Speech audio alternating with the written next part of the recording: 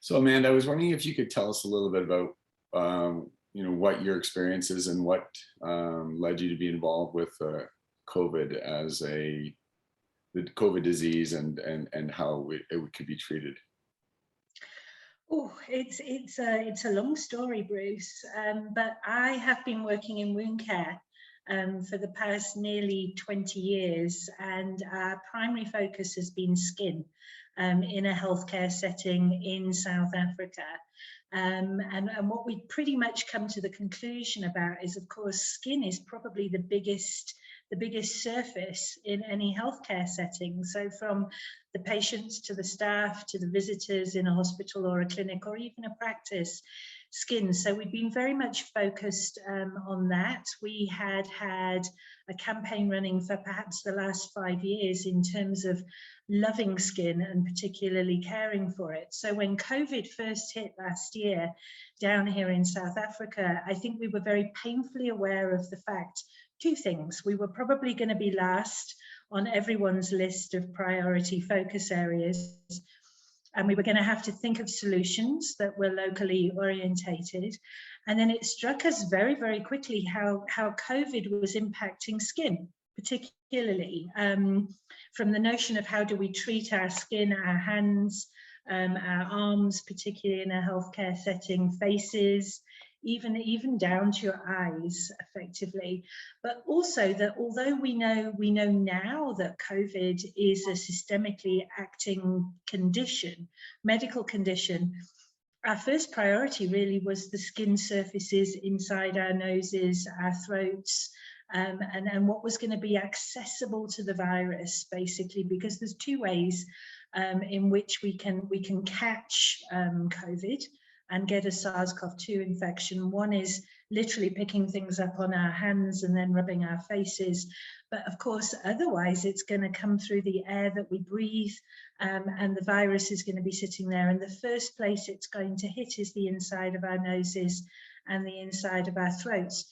So we very quickly realized this was a skin-related challenge, if that makes sense. And that was what got us interested, I have to say, because skin-related challenges have been our challenge for the last 20 years in terms of how do we protect skin, how do we heal it when it's broken, how do we take care of, if there is an infection in that wound particularly, how do we deal with it as effectively as possible and get that patient on the route to healing as quickly as we possibly can. So I think it was our 20 years experience in wound care, in short, that really directed our focus to where actually is the problem. And much as we've come to recognize that this is a systemic problem when it comes to the illness of COVID, that when it comes to actually handling the virus and dealing with the virus, what you really want to be is skin focused.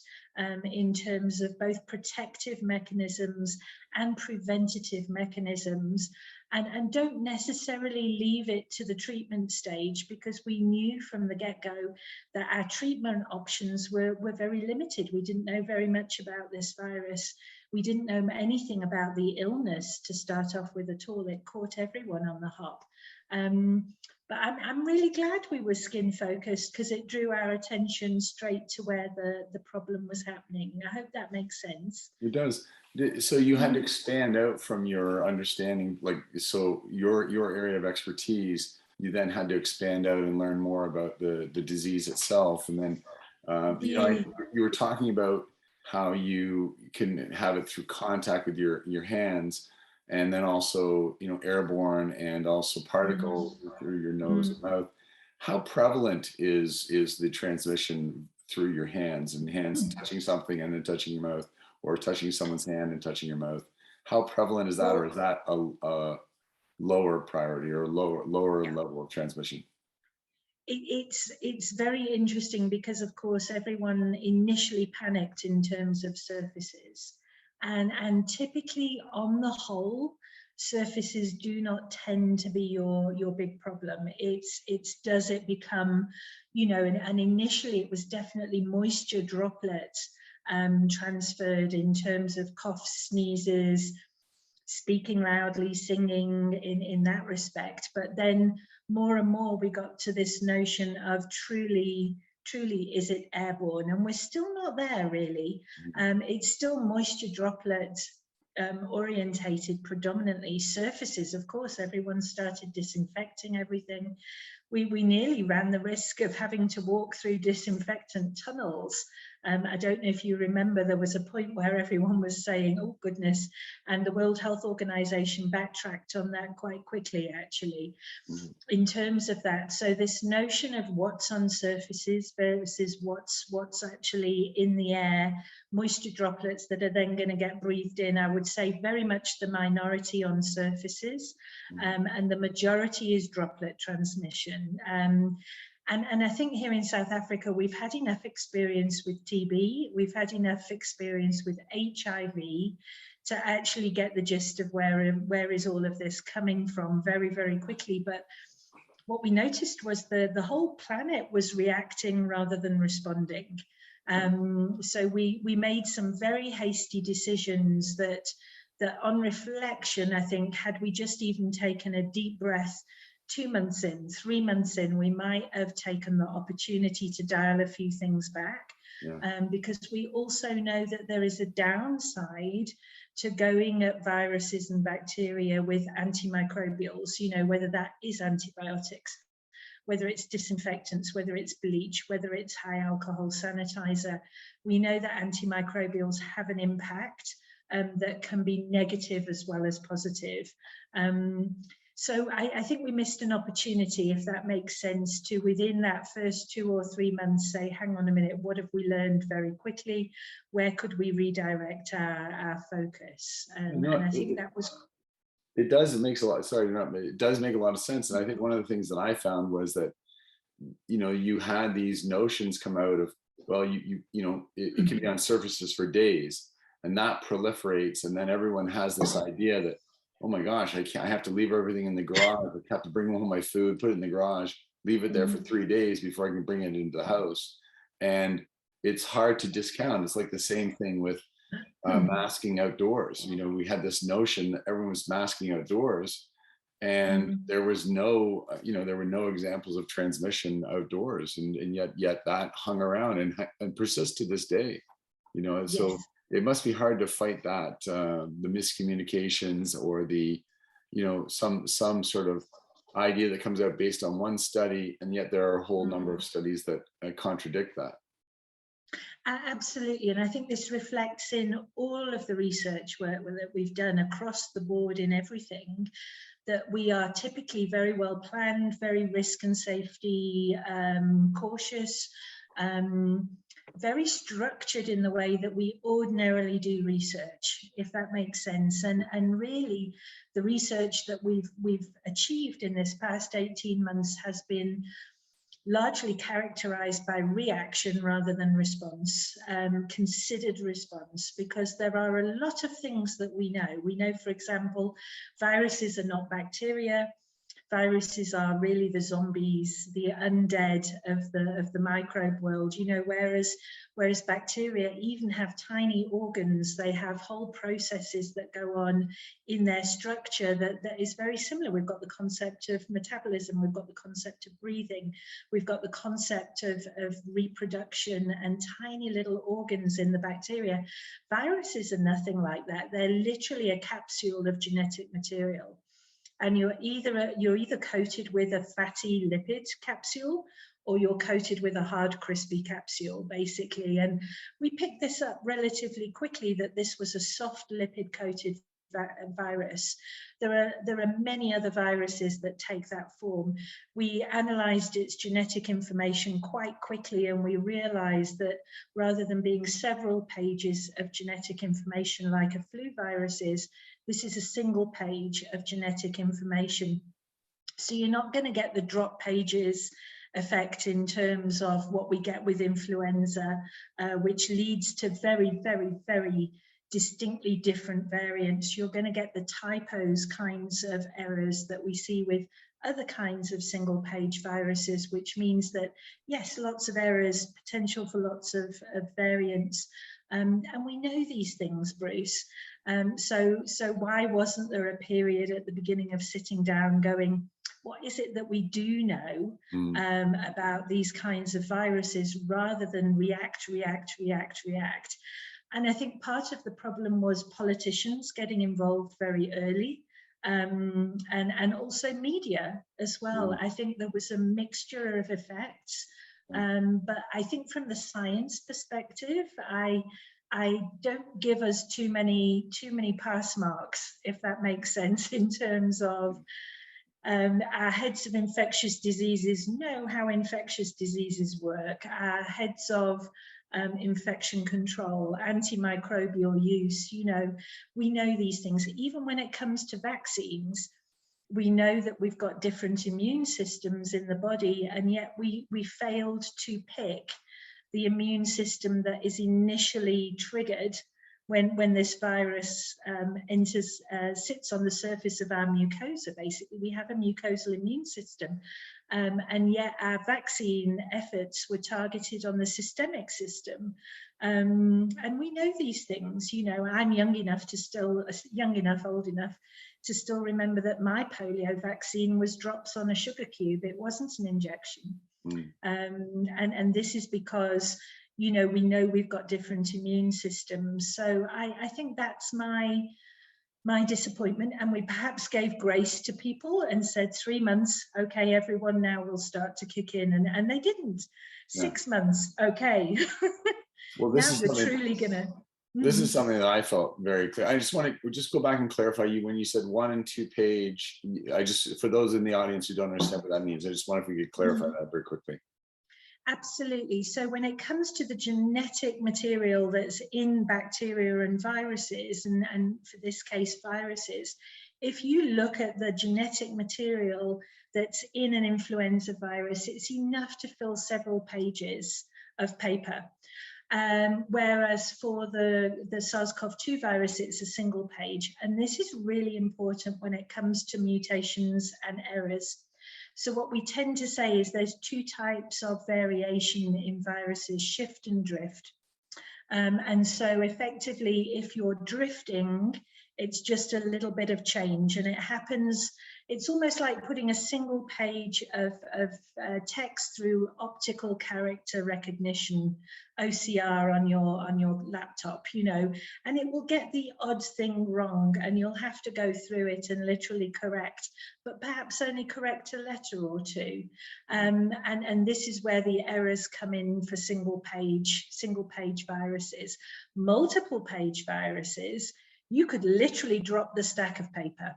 Literally drop it. And now you don't just have typos, you have pages in the wrong sequence, if that makes sense. Yeah. And so that literally is shift rather than drift. And what you've got is literally whole pages of information in a different sequence, plus typos, which means the variations in influenza variants are much bigger. And it's why we need separate vaccines for the different variants of influenza. And this is typically typically why we have to have like year by year we're changing the influenza vaccine that we typically get. So when people get their shots, it's always different from year to year. That would be one reason for that. It is. And it's because the variations are far more drastic, if that makes sense. It is like somebody dropped the pages on the floor, put them back in a different order, and on top of that, you've got typos. Whereas what we had with SARS-CoV-2 was the opportunity to pick an element of the virus that was not going to change necessarily. The spike protein, for me, was the thing that was most likely to change when it comes to the variants, small differences. What is it that all variants of the SARS-CoV-2 virus, given that they could only make relatively small changes, if that makes sense, pick an element of the virus that was not likely to be changing anytime soon. So it had already been discussed for several years. Maybe we should start we should start looking at this envelope that goes around the virus, because that is something that does not tend to change, if that makes sense. And then you're actually going to create a vaccine that is going to recognize the envelope rather than something that is more than anything likely to change. And we know So rather than focusing on a specific protein, you would be looking at the whole of it, the exterior.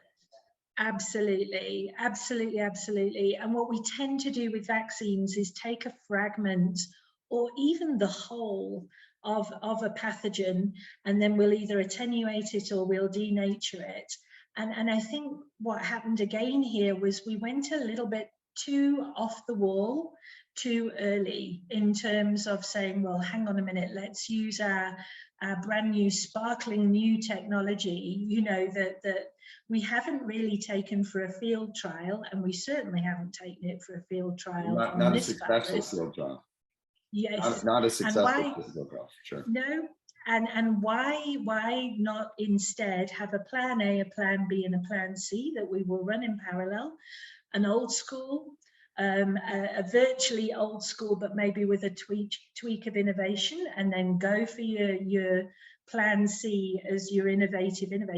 And then you've got comparators as well, Bruce, that you can actually run alongside each other and say, hang on a minute, now we've got something to compare with, rather than just a placebo, which isn't going to do anything for anybody. Do you know what I mean? In terms of what you really, really want to do is have a comparison in research against best current option. And placebo is not best current option when it comes to vaccination. Well, I know in my conversations with Dr. Vipul Shah, who is from India, he had said that he was very surprised that in North America, we really only have, in some cases, one option. And he said that in India, they have 6 or 7 different types of vaccine, and people can search out the one that they think is most effective for them as a person. I just want to go back to something, because you were saying that there's mutations and the variations, and then the now famous Delta variant, as I understand it, has 3 mutations on the spike protein, and that's what's causing an issue. And I think there's 11 in total, or 9 in total of the mutations, but the other mutations aren't causing the problem. It's the variations on the spike protein. And I was wondering if you could speak a little bit to that. As far as I'm aware, the variations so far have all been on the spike, if that makes sense. It does. So whether it was alpha, which the alpha variant which originated, so what we had initially coming out was a Wilde strain. That was the very first one. Very quickly, we started to see a couple of European variants. So there's a wonderful website that's got all the details of all the variants on it. It's absolutely beautiful. And what it shows is you can literally pull all of the countries up. And what you can see is there's evolution of variants through time periods. And what most countries have had is a first wave, a second wave, a third wave, and now we've got some countries going through the 4th wave. And then what the World Health Organization started doing was labeling variants of interest and variants of concern. And a variant of interest has the potential to cause a wave, if that makes sense. And a variant of concern really looks like it is causing a wave. So all of the variations so far, to my understanding, have been on the spike protein. The UK alpha, South Africa created the beta variant. Delta originated in India, but we've also got gamma from Brazil, I think gamma was from. And then we've also got lambda, mu, and a couple of others as well that are coming from different locations. But it's alpha, beta, gamma, delta that are the 4 variants of concern. All got different mutations, and it's not necessarily the number of mutations, it's the benefit that the mutation confers on the virus that is the important thing, and that is either in terms of transmissibility or infectivity. So what the virus is doing is not necessarily consciously mutating to try and give itself a better chance, because remember we said these are the undead. But what's happening is the more pressure we put on it, and pressure can take a variety of forms, the more we put nature in a corner to select for the type of mutation that would give the virus a better chance. And usually what you find is if that mutation gets too dangerous, that if what it gives the virus is the ability to effectively kill the host quickly, nature will actually evolve that mutation out, because it's not in the interests of the virus to kill its host quickly. It wants a host it can stay with for a while.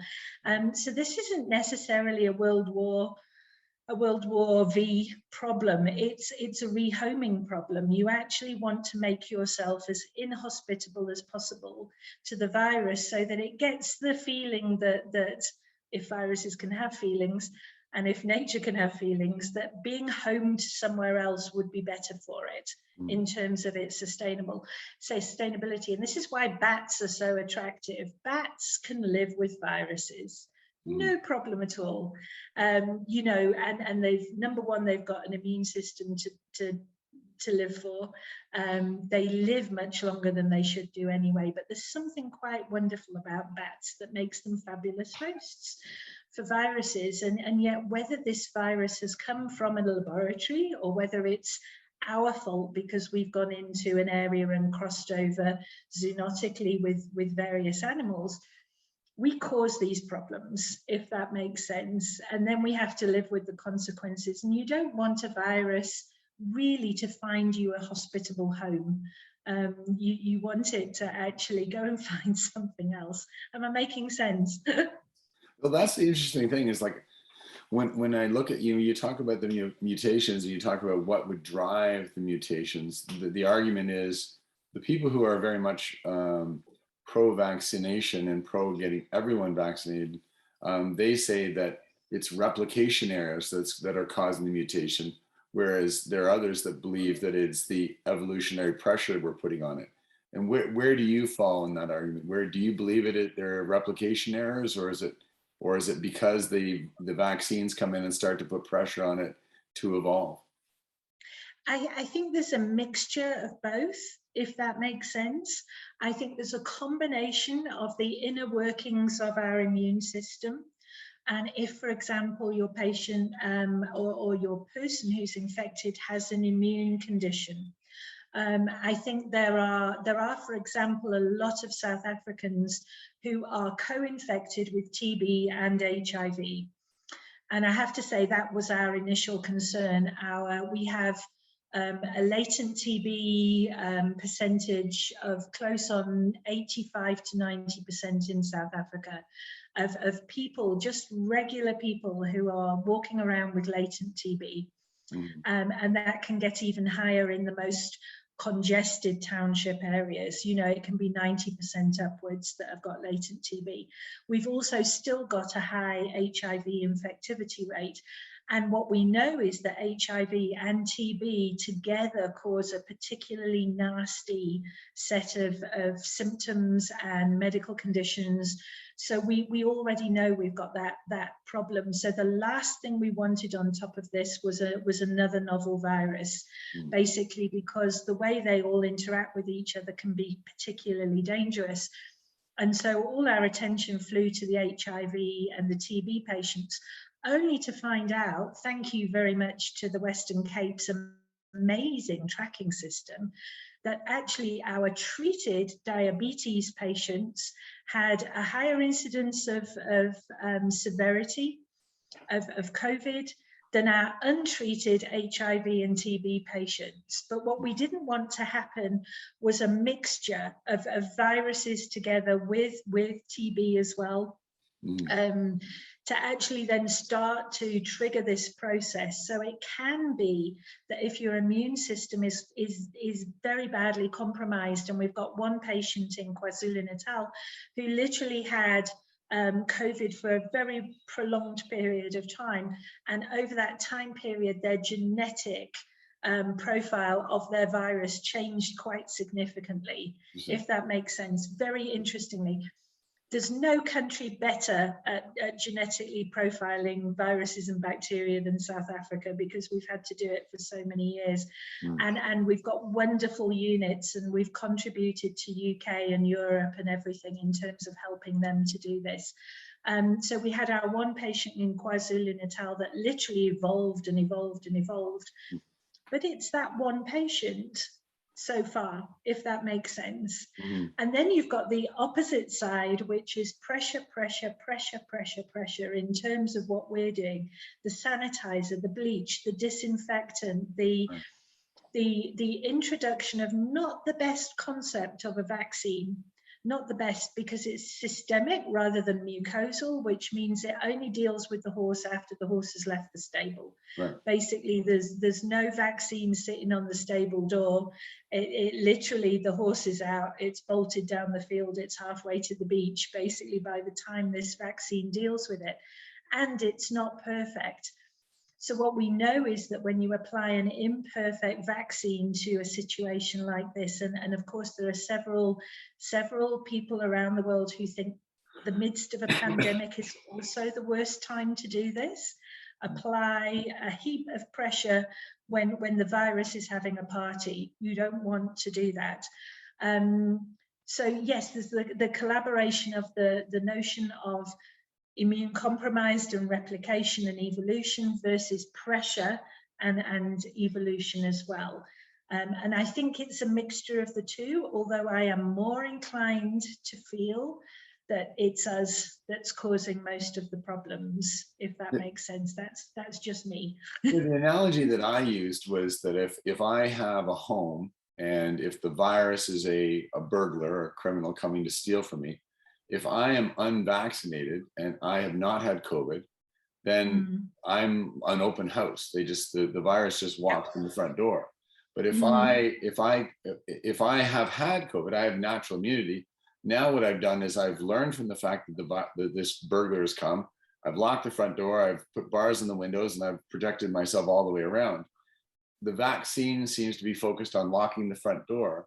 And then that burglar still wants to get in, so it's trying to find another way into the house. I don't know how well that analogy works in your mind.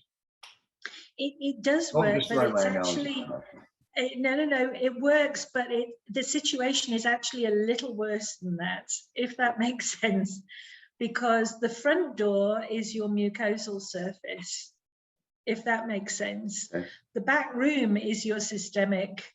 The back room with the bolt lock on it is your systemic immune system.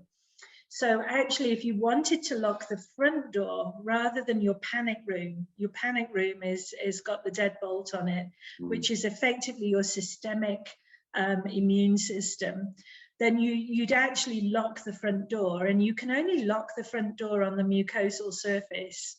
You can't lock it systemically, if that makes sense. Yes. So a systemic vaccine is the virus has to have gotten through the mucosal surface and into your systemic system effectively for the systemic vaccine to actually do its job. Whereas a mucosal vaccine would sit almost on the surface. So it's like putting your archers on the castle ramparts. And your boiling oil and your rocks, do you know what I mean? Yeah. Rather than putting all of your reactionary forces behind the gate, which means they've literally it's got to come through the gate, and then you'll deal with it. And it's a broken gate. In fact, there's no gate. There is no gate. There's no front door, if that makes sense. Well, let's go back then, and let's follow SARS-CoV-1. Which is the virus, and how it becomes COVID-19. And so what is the evolution? How does it move through the body? Where does it incubate, and how does it progress into the body, into the lungs, into the bloodstream? So if you could take us through that. Just in terms of how it actually flows through. So it's going to alight on a mucosal surface. So whether that, if you think about where your mucosal surfaces are, then you've got a variety of them. The mucosa in your eyes, then you've got your nose, your upper respiratory tract. It then goes through all the way through your gut down to the other end. And then you've also got genital areas as well, is where you're going to find other mucosal surfaces.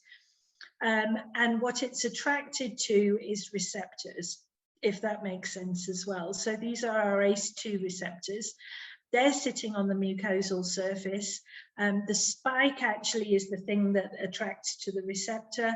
And then there's an interaction that goes through that then permits the virus effectively, or the genetic material in the virus, to go through the mucosa in two ways. Either by endocytosis, which is almost like little bubbles in the mucosal surface that carries it through, or by viral fusion, which is the lipid coat of the virus fusing with the surface of your mucosal skin and forming a channel through which it then passes the genetic information. What a virus then does inside your body is look for cells that it can literally take residence in. And once it's in those cells, it hijacks them and it uses what's in those cells effectively to replicate itself. And then there's two ways in which a virus can then transfer itself out. It either explodes and releases the new viruses, or again, they pass through the membrane of the cell, almost taking a little bit of that membrane with them and using it as their new coat. Do you know what I mean in terms of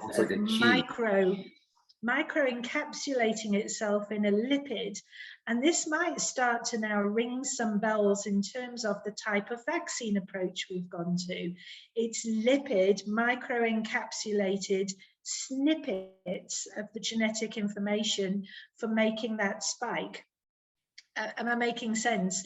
Yes. So the spiking impact, there's two impacts. Number one, the spiking effect, which we know has had a cardiovascular impact, and the Salk Institute has done quite a lot of research on that. So again, why we picked spikes is an interesting decision. And I think we'd gone too far down the path by the time the Salk data came out to actually go backwards again and change it. And we held our thumbs and crossed our fingers. And then you've got the effect of the virus once it's inside the body. And again, it's very much to do with receptors, because the virus wants a home that is a cell within which it can replicate itself and hijack all the materials in that cell. So what it's looking for once it gets inside you is more receptors that it can latch onto. And where we find those receptors is in various organs, again on the mucosal surfaces, and on membrane surfaces of various things located in the body. And that's what some people are talking about, the notion of the vaccine being directed in various places. But I think those receptors are attractive to the virus and the vaccine, if that makes sense, in terms of the ability to then get into the cell and have its self-take-up occupation, reproduce and release again. Am I making sense? Yes. And so what happens is that there is the replication stage, and then there's the inflammatory stage. And I was wondering if you could speak to what is the difference between the two stages. And because I know that there actually are multiple stages of this disease, and so the virus, there's the viral stage where it's replicating, and that is actually the initial stage where people aren't in a lot of trouble. But then there's a transition to the inflammatory and the vascular. And I was wondering if you could speak to those and why they are so dangerous. And inflammation is a big problem, and it is predominantly linked to our immune response, if that makes sense. And we see this even in wound healing, Bruce, that when a wound becomes chronic, it almost gets stuck in not a high level of inflammation, almost like a subpar level of inflammation, but that inflammatory process is enough to completely stall the healing process, and you'll get a wound that literally doesn't heal, if that makes sense. So within the body, you've also got different levels of inflammation, but fundamentally they're all linked back to the health and the well-being or not of your immune response, in terms of what's happening with your immune response. And we know that we've got some people that are infected with COVID who get this hyper immune response that causes almost a storm of inflammation, which overwhelms everything in terms of their body's ability to deal with the infection. The thing is cytokine, the cytokine storm, where the body is overreacting. Is that correct? Yes. And the thing is, the inflammatory response is normal, if that makes sense. Every time we cut ourselves, the first thing you'll see is that redness around your wound, pain, oozing, you know, and that is the body's inflammatory response in response to the infectious agent.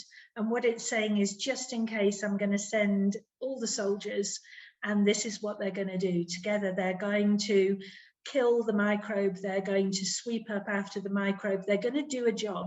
But ordinarily, that would be a very prescribed period of time and focus, and you get this quick spike and then it comes down just as quickly, effectively. And what's not happening in people is either the right level of response, the right period of response, and the fact that it's up and down quickly, and we get this storm effect in some people, and then we get no effect at all, actually, because the immune system is non-existent in other people. The idea that people often use the idea of bolstering your immune system. So really what you're talking about is regulating your immune system, so it's not overreacting and it's not underreacting.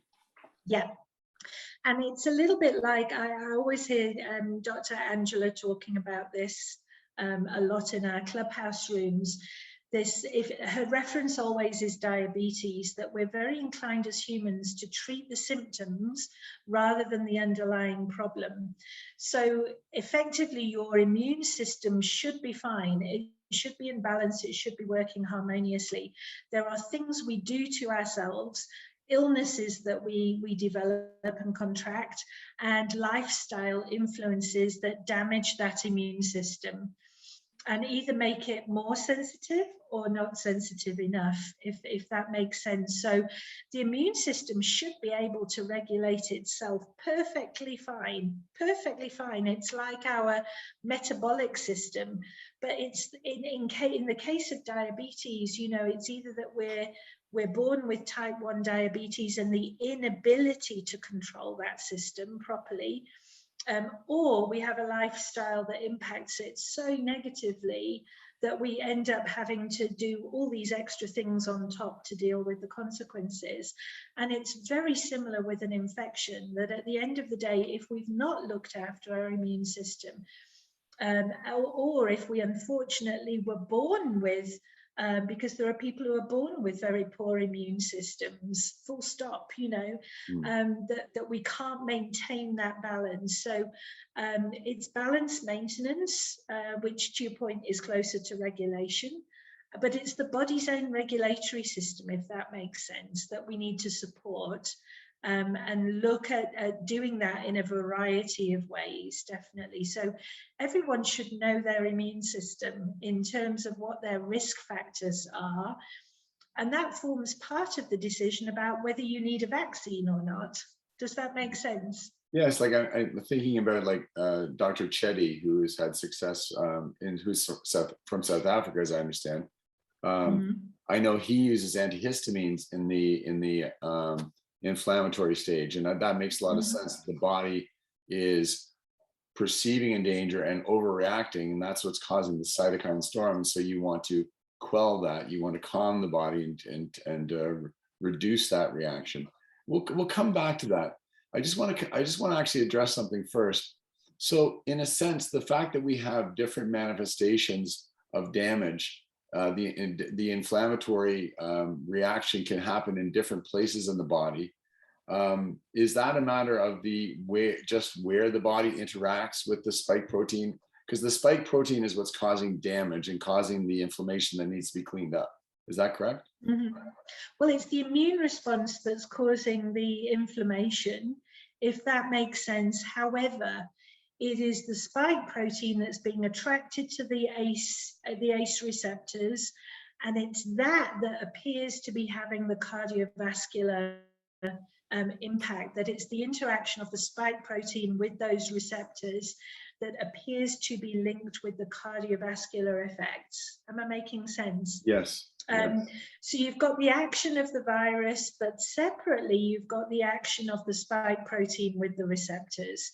And that interaction appears to be what's primarily linked to the cardiovascular problems, the clotting, the strokes, the heart attacks, the everything. Whereas the fact that it manifests differently is related to where the body is reacting to that. Absolutely, absolutely, and that can be very different from person to person in terms of where are they picking up the problems, you know what I mean? And again, this is perhaps something that my wishful thinking is that we could have thought about this and been responsive to it pretty quickly, and not introduced a vaccine type that had the potential to make it worse. Because at the point where we did that and we found out about the spike proteins, it was relatively quickly, and yet nobody dialed back. Nobody dialed back and actually said, Salk Institute said, we're hoping it doesn't have an impact in terms of the vaccine, but nobody knew at that time point. And the safer thing to do, I think at that point would have been to say, hang on a minute, we're not gonna even risk this. Let's dial it back and actually say, come on, we'll go for something else. Because we knew the cardiovascular impact of the spike protein ACE receptor interaction was actually quite significant. And of course, everyone said, oh, well, it's only a part of the spike protein. It's not all of it. Do you know what I mean? But still, we didn't know, Bruce. And we're normally a lot more risk averse than this when it comes to research. Mm-hmm. And you're back again to the reactivity. And I think also to the point where we reached a stage in this project where it became too big to fail. Mm-hmm. Reminds me again of the global economic crisis back in 2008. We knew what the problem was, and instead of doing something about the cause of it, we chose to bail it out instead. In terms of trying to deal with it after the fact, rather than getting in advance and saying, hang on a minute, what's the real problem here? And we'll tackle the problem rather than the symptoms. So it's got a lot of parallels. And I think it had rolled on to such an extent and gained so much momentum, and everyone was so enthusiastic about it, that it couldn't have failed, actually. So in terms of we hear a lot about viral load, and, mm-hmm. When you have a transmission that, you talk about it, interacting in the mucosal surfaces, is there a period of time where before it actually goes into the bloodstream, that it actually is resting in the nasal cavities or in the throat, and that there is a replication phase there, and then it starts to progress in the body? One of the things we've been talking about recently is addressing it by gargling with like povidone iodine, like a 1% solution, to try to eliminate the viral load. Maybe you could talk a little bit about viral load and how that affects it. It can't replicate on a surface. It's impossible. It can only replicate inside a cell. So effectively, it's got to get through the membrane of the cell to get inside, to hijack what it needs to make more copies of itself, if that makes sense. That does not mean it can't remain dormant on a surface until it finds the opportunity to either get through that cell membrane or find another more convenient host.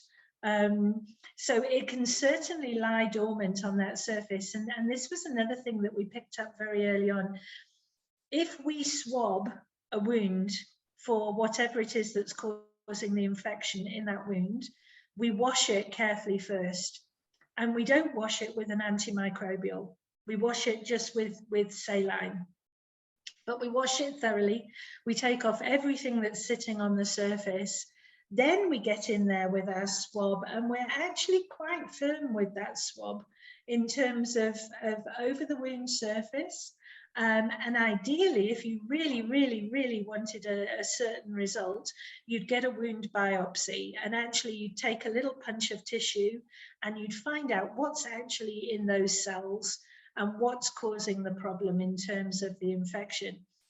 So the fact that we started heading for the whole world with cotton wool swabs, if that makes sense, was quite mysterious to us. And we raised it a few times and we said, hang on a moment, we don't see anybody washing these nasal passages before they actually get swabbed. Some people apparently took it upon themselves to do it anyway and saline wash their noses beforehand. And my understanding is that virtually all of them came back negative in terms of, so in order to detect an infection in a body, you don't necessarily swab what's on the surface, if that makes sense. You want to actually get in there and find out what's causing the infection. So if I take your meaning, it can give a false indication if you've not cleaned out that area to find out what is actually causing the issue. Absolutely. And what we would call that is a contaminated surface rather than an infected surface. Now, that's not to say that the virus can't have got through the cell membrane, hijacked that cell, made more copies of itself, and is now releasing virus back in the opposite direction. Do you know what I mean? It can be. But what you would expect to see is signs of that infection on the inside, in terms of either detecting virus in a blood sample, or it's going to take time, Bruce, if that makes sense, for it to, you've got that immediate cell layer on the surface. But then for you to actually be infected, once you've got an infection, it has symptoms, if that makes sense. And what was really puzzling us were these positive asymptomatics, because we were sitting there going, I bet they're contaminated, you know. Yeah. And actually that they're not infected, they're actually contaminated.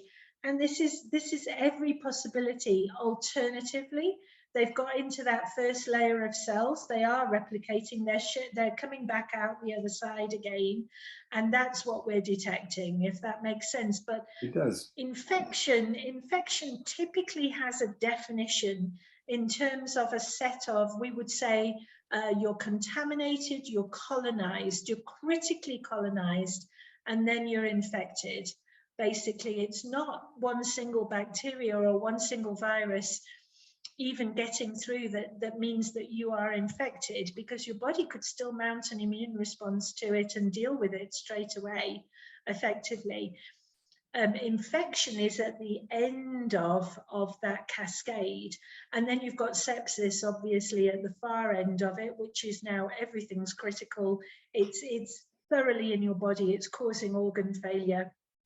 And that's it. But before we ever get to that stage, it's contamination, then it's colonization, then it's critical colonization, then it's infection, then it's sepsis. And that process can be interrupted, is what you're saying, that we can interrupt, or we can actually stop at the beginning, but we can actually interrupt it along the way. And that would be where perhaps rinsing out your nasal cavities, you know, gargling with iodine could help in terms of interrupting that process towards infection. Well, even only water, actually, you know, if I can wash a wound surface with saline, you can gargle and you can nasally rinse with saline as well. The difficulty that you've got is when you start to add antimicrobials into the equation, you're applying pressure. and you're applying extra pressure, more pressure than you need to apply. So it's about knowing when to apply pressure and when to ease off the pressure, and actually say, for the purpose of this, and for example, when you're washing your hands, this is a lipid-coated virus. It reacts very, very well to soap and water, plain soap and water, because the soap has a surfactant effect on the lipid and literally dissolves it. So there's absolutely no need for any antimicrobial technically to deal with this virus if what you're trying to do is prevent it from being a problem. You just add enough surfactant to the situation and you break the lipid coat, and then that's it. It's like you've literally broken its balloon and its guts are all over the place, basically, and it's not going to go anywhere from there.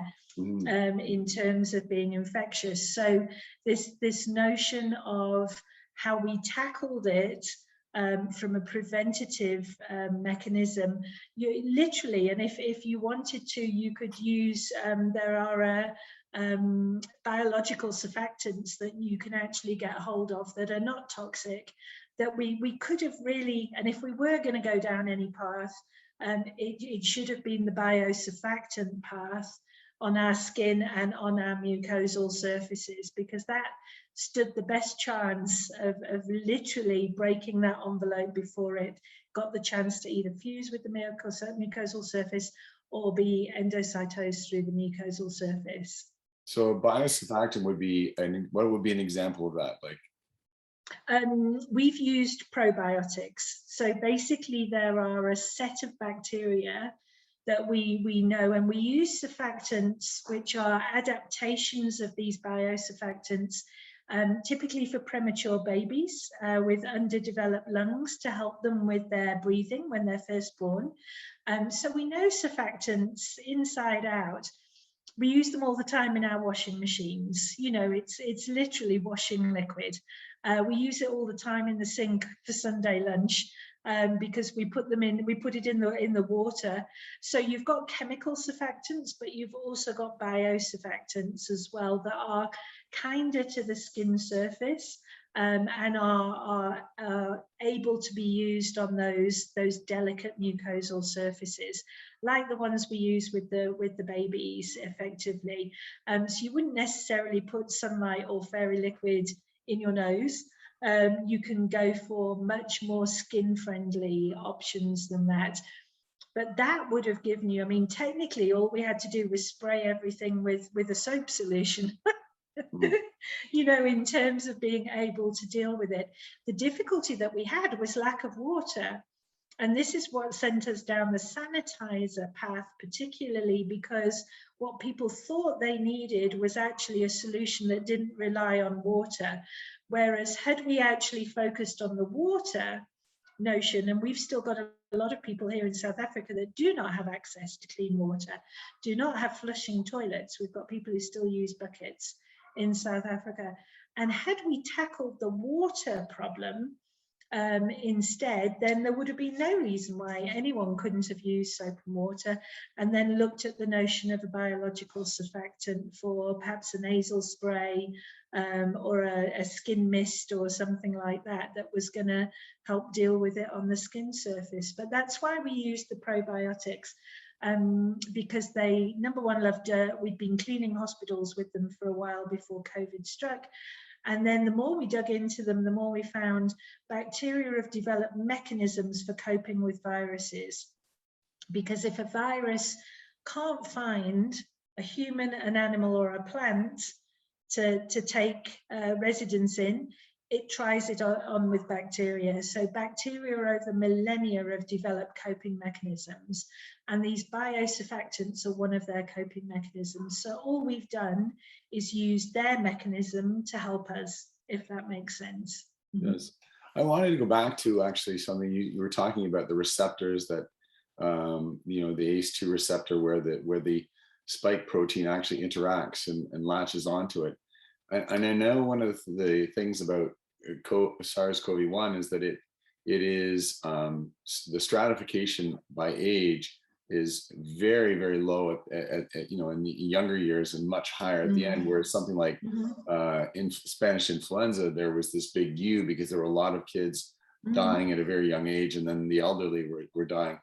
And Mhm. as I understand it, that our immune systems, for lack of a better term, are innate up to about or the age of about 20, and then we start to have more of a learned response. And so, it, maybe explain why children have been less at risk to SARS-CoV-1 than the elderly, and maybe how what is it about the receptors that changes, and what it is about the immune response that allows it to be Mhm. less accessible to the youth. I think again it's back to the health of your immune system. So you've probably noticed we're very careful with babies, very careful with babies. Those first few months, we literally we Milton everything, you know, and this is because it takes time for the immune system to start to get up on its feet. And then it develops and it evolves and it learns and it gains new capabilities as we go along. And then the opposite happens at the other end of the age scale, that we reach a point where now aging has an impact on the immune system. Together with that is, of course, various illnesses and medical conditions. And interestingly, I would not be surprised if the response to COVID and the response to vaccine is different in different children in different countries. Mhm. Because, for example, and I've sat and listened to quite a few sessions, if you look at the US, for example, only a couple of decades ago, to 3 decades ago, 10% of children were affected in America with chronic illnesses. Now the figure is closer to 40% in terms of the notion of what are these kids doing? Are they sitting on their backsides all day looking at something that's just on a screen? Are they out and about playing and coming into contact with all sorts of things that we would have come into contact with when we were growing up? Their diet, their lifestyle, everything basically. So cumulatively, that has had an impact on child health in various countries. And very much lifestyle related. So when all of this gets broken down, I would not be surprised to see a difference in different countries related to the overall health and well-being of the children. Am I making sense? Yeah, you are. And I So, think one of the things that I pick up from that is that the lockdown period would actually exacerbate that problem, because now you have kids that are not interacting with everything they're interacting with is clean. And so now you're depressing their immune response, and you're not, I mean, it would be, my analogy would be, if you're weight training, if you're having to have some form of resistance, then you're going to get stronger. But if you have nothing to resist against, you have nothing to work to help you get stronger. I yeah. imagine your immune response requires that kind of resistance in order to improve, or at least stay strong. Absolutely. So I think we've been a little bit too blanket in terms of saying the kids will necessarily be okay, because actually stroke in children is a top 10 cause of death in the US already. So we didn't want it to get any worse, if that makes sense. Stroke full stop is the fourth cause of death, the fourth highest cause of death in the UK, for example. And a lot of this is lifestyle and diet related, and what we've done to ourselves. Obviously, there's some genuine illness problems as well in there, but we've butchered our microbiome internally in terms of our gut, in terms of how we look after ourselves and what we eat. And this has impacted children just as much as it's impacted adults. So all things fair and equal, your children should stand a better chance. They should, because their immune system is better by nature. You've got that immediate baby phase that you've got to be super careful with. And then you've got the overlaying of what else is going on in that child's life. plus the measures that we've taken for COVID that have further exacerbated those problems. Then you've got this period of your immune system still learning, still evolving, and then you've got the effects of old age on the other side that is going to negatively impact your immune response, together again with illnesses and medical conditions that add on top of that. So we always say this in wound care, it's not the hole in the patient, it's the whole of the patient. And we're seeing healthcare moving more towards a personalized approach, you know, particularly in cancer treatment and oncology. And really it's the same in terms of this as well, that your risk of having serious impact from SARS-CoV-2 and being infected with COVID is a risk-benefit analysis. Likewise with the vaccine, risk-benefit analysis in terms of, and really everyone is different.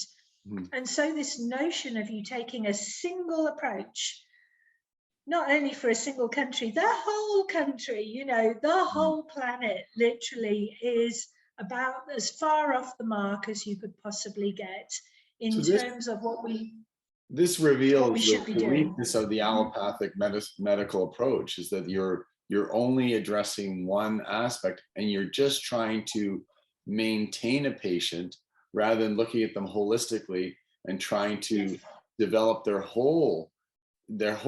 greater health, their immune system, their physical well-being. You know, I think this is fascinating. I wonder if you could just talk a little bit about how each of the comorbidities creates a risk for a patient, you know. So we know that diabetes is one of the critical ones. Can you go through some of the major comorbidities and how they cause a patient to be at greater risk of SARS-CoV-2? Yes, and again, it's going to be different for each person. Do you know what I mean? And I'm back again to the notion of our TB and HIV population, which we automatically assumed we were going to have a mega crisis of huge proportions nationally because of that problem that we had in terms of our patients that were TB, either TB infected or with latent TB, because we know viruses can trigger latent viruses and bacteria that are in your body, if that makes sense already. And that was our natural assumption, only again for us to discover from the Western Cape Health Department that no, it was actually the diabetes patients, and worst of all, the treated diabetes patients, not that they got the worst kind of COVID, but that they were worse off than the untreated HIV and TB patients. So it's a constant learning process, if that makes sense, that would inform your treatment path or your preventative path for each person that you had in front of you. And what we think might be the worst possible state for a patient to be in might not be at all, and that actually you have to go back. You have to realize when you're not getting anywhere, turn around and come back in the opposite direction and then try something different. You can't keep on banging your head against a brick wall, if that makes sense, nor can you assume that because the only tool you have in your kit bag is a hammer, that every problem is a nail. Right. To that degree as well. And what we did was only gave ourselves one tool. We only gave ourselves one tool, and it wasn't the best of tools. And what we should have had was a whole parallel range of options, from complete prevention from the beginning to mucosal mechanisms. So think of your body as an airport. Things like the masks are baffles for the airplanes. They baffle the planes from taking off, they baffle the planes from landing. However, what do you do when a plane has taken off and a plane has landed? You need a mechanism on the runway. You know, if a burning plane landed, you wouldn't put your mechanism at customs control. You'd put your mechanism on the runway, if that makes sense. If it lands successfully on the runway, then it heads to immigration and customs control. Then you want something sitting there just in case your mechanism on the runway failed. And then if it gets through customs control, you want another mechanism sitting on the other side that says, okay, this is now my last ditch response, because I don't even want it to have gotten to here in terms of what my response actually is. Am I making sense? If I take your meaning, so basically when we look at someone, say, who has comorbidities, so diabetes, we're actually, that's in a sense an indicator of an underlying lack of health, and like a poor immune system. They're not getting the proper nutrients and vitamins that are regulating their immune system, so that in a sense that's putting a face on something that is deeper, so that yes, diabetes makes it difficult because that person has an underlying poor health because of, is that where we got? Yeah. Absolutely. And then you'd probably want to look at a multifactorial approach. So if you've got someone who is unwell, inherently unwell, and that their immune system is not on par, you want to be sitting there thinking, okay, it's diet, it's exercise, it's wearing your mask, it's looking at some form of mucosal protection. And then you might want to think about, what have we got in our armament that could be something that would catch it early? You wouldn't under any circumstances want them to sit at home with an infection and not do anything until they presented as critical, if that makes sense. And now they walk through the door. This is one of the things that I've just find baffling, is that there has been no widespread government or anyone saying, hey, you have to take care of your immune system, you have to have exercise, you have to sleep, you have to get a proper amount of sleep, you have to work on your weight, and all of these things to improve their health. It's all been just directing everyone towards getting the vaccination, and that's, once you get vaccinated, it's fine. And we're not addressing any of the underlying issues that people might have. And I find that absolutely. Yeah. And it's a tailored, risk-based approach again, because we know that some people respond very badly to isolation, very badly, to the point of severe mental health issues. One of Japan's biggest problems was suicide. Last October, they hit their highest ever suicide rates. In terms of this kind of response. We know that the US military has done quite a bit of research on military vets who, when they either come back feeling like they've been isolated, or when they get back they're isolated, it effectively doubles their risk of early death due to any cause, because the stress associated with the isolation sets up an inflammatory process. And that is then linked to all sorts of impact in terms of what happens. And we knew all of these things, Bruce. It's not new. So the response for each country should have been a considered, tailored response, and it should have been based on things that we knew. It should have been risk-based and safety-based. It should have been stratified in that respect, if that makes sense, so that when it comes to prevention, when it comes to early treatment, when it comes to vaccination, it's all done on that basis. We know fresh air is antimicrobial. It's germicidal. Fresh air has been known to be this for donkey's years. The South African government closed the parks and the beaches, closed them. Well, I think one of the incredible things is that we have, often the people who are working on the front lines, people working in grocery stores, people who are working in hospitals, they may not always be those higher on the socioeconomic scale. So they might be living in an apartment building. So now you have people who are out there interacting with the world, giving them greater chance of contracting COVID. Then they're coming back to an apartment building. They may not even have windows that open to the outside. You're saying you can't go outside. Now you're creating this soup of viral load that's being spread through the building.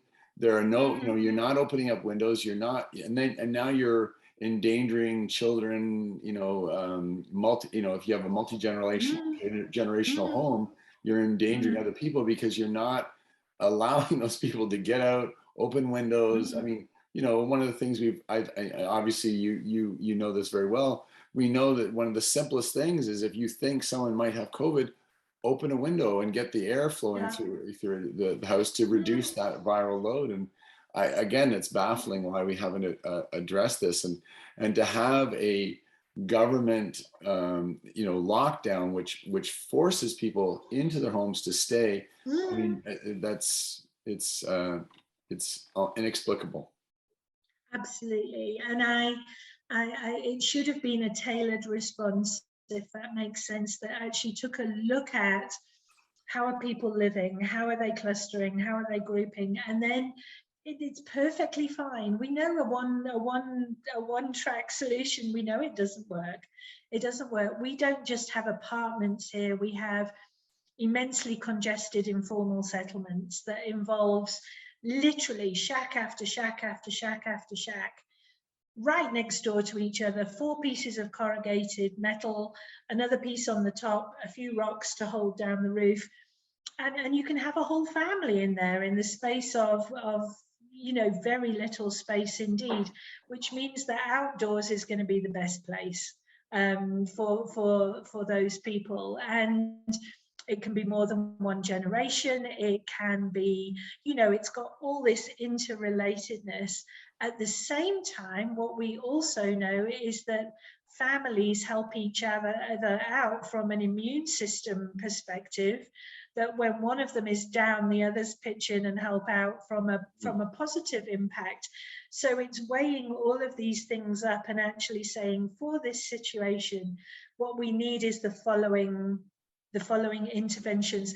And I think also admission right up front from everybody, the scientists, government, and the media, that this is all a best guess. This is all a best guess for now until we know more. And when we do know more, we're going to walk it back and we're going to say, do we still need to keep on going the same way? Or do we need to change tack and do we need to try something else? And I think involvement of the country as well, Bruce, that very much the majority of countries took a telling people what to do approach rather than necessarily involving the country in the decision making in terms of what happens. We are the make a plan country here in South Africa. The easiest thing the government could have done was opened up 2 competitions and actually invited everybody to participate and actually said, we've got 2 dilemmas here, a health dilemma and an economic dilemma. Does anybody have any good ideas? It's interesting because you And talk about that, because one of the things there's 2 points I want to raise. One is that one of the things that I thought was so incredible about Dr. Chetty, who, as I mentioned, is from South Africa. He was one of the first to have the idea of when someone came in for early treatment for COVID, he would then treat the whole family. He would actually send a treatment home, and not such an obvious thing, but it's such a novel approach. And then it to is. your second point about, how as a nation, I know you've mentioned this to me before, that, the make a plan idea, and then setting everyone else and saying, here, create a plan for us. And this is one of the things that when pressed about the Great Barrington Declaration, Jay Bhattacharya, he sort of, they were saying, well, what would you do for the people that you're trying to protect in say old age homes and people who are infirm? And he was saying, well, I had sort of thought people would come up with a plan, and they pressed him on it. And I wish he'd had that notion of, why didn't we put that out there for people to come up with some sort of plan? I know in my own community, we have a long-term care facility very close to us. And at the height of the pandemic, we saw it was flooded with guests, people wanting to see their parents. And the reality was that, why wouldn't they have taken the people who are working in the care facility, first of all, restricted who gets in and gets out, and second of Yeah. all, use some of their money or taken some government money, bought everyone, and I don't want to just, not just iPads, but you could buy them anything, that computers that allow them to communicate with their family and remotely, and then you reduce these interactions that cause these problems. And I think that ingenuity that you mentioned is so important. And I think it's been been depressed by this singular government notion of what we should be doing. And I think you've really hit upon something. Absolutely.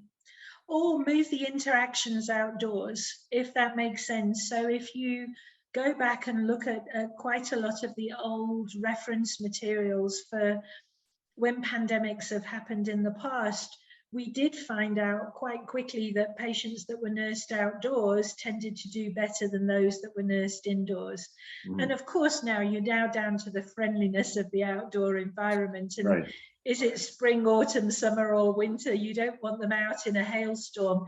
Right. But these are old nursing principles, So go back to the Crimean War, Florence Nightingale.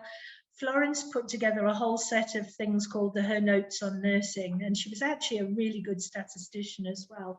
And effectively, Florence's abiding principles were the air inside should be as fresh as the air outside, but without chilling the patient. That the patient is the be-all and end-all, and it is the nurse's duty to watch the patient and take as much care of them in a hospital as they would take care of them at home. So effectively, what nurses should be able to do is operate in a home environment as well as they operate in a hospital environment, and conversely the other way around. And thirdly, she hated disinfectant. Hated it with a passion. She said the only thing it's good for is smelling so badly that it forces you to open the windows, basically to get rid of the smell. And that was, and to this day, you know, you'll remember hospital windows used to be massive with pull down top frames. Do you know what I mean? Sash windows.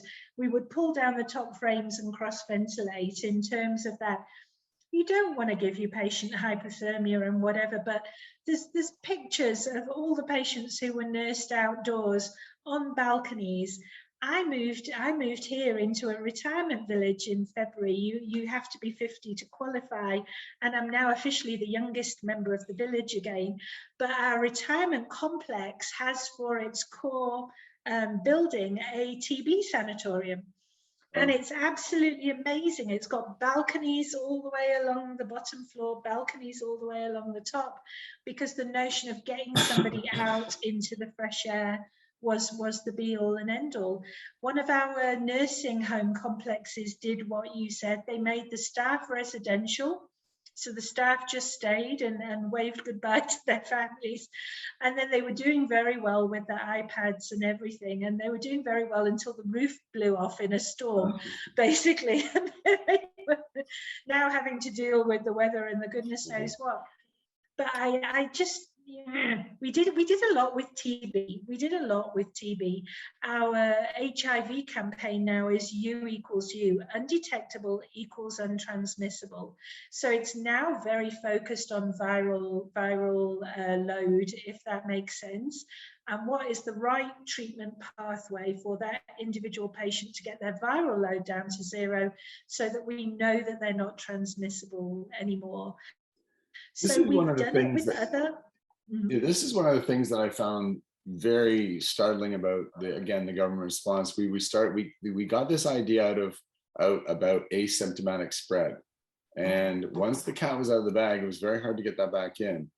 And the idea that someone could spread, COVID without having symptoms. Well, maybe you should speak to that, because as I understand it, asymptomatic spread is really not a thing. And again, you're back to contamination. That if the virus is sitting on that mucosal surface, or God forbid it's gotten through that first set of membranes, it's busy replicating and then it's coming back out again, then you have got the option, coughing, sneezing, whatever. However, your patient may not even be infected. They might only be contaminated.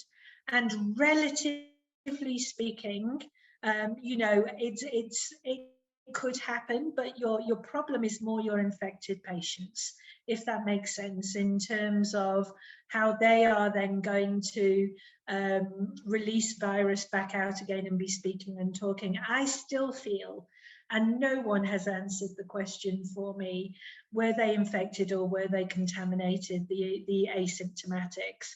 And that's why I feel they are not necessarily your biggest problem.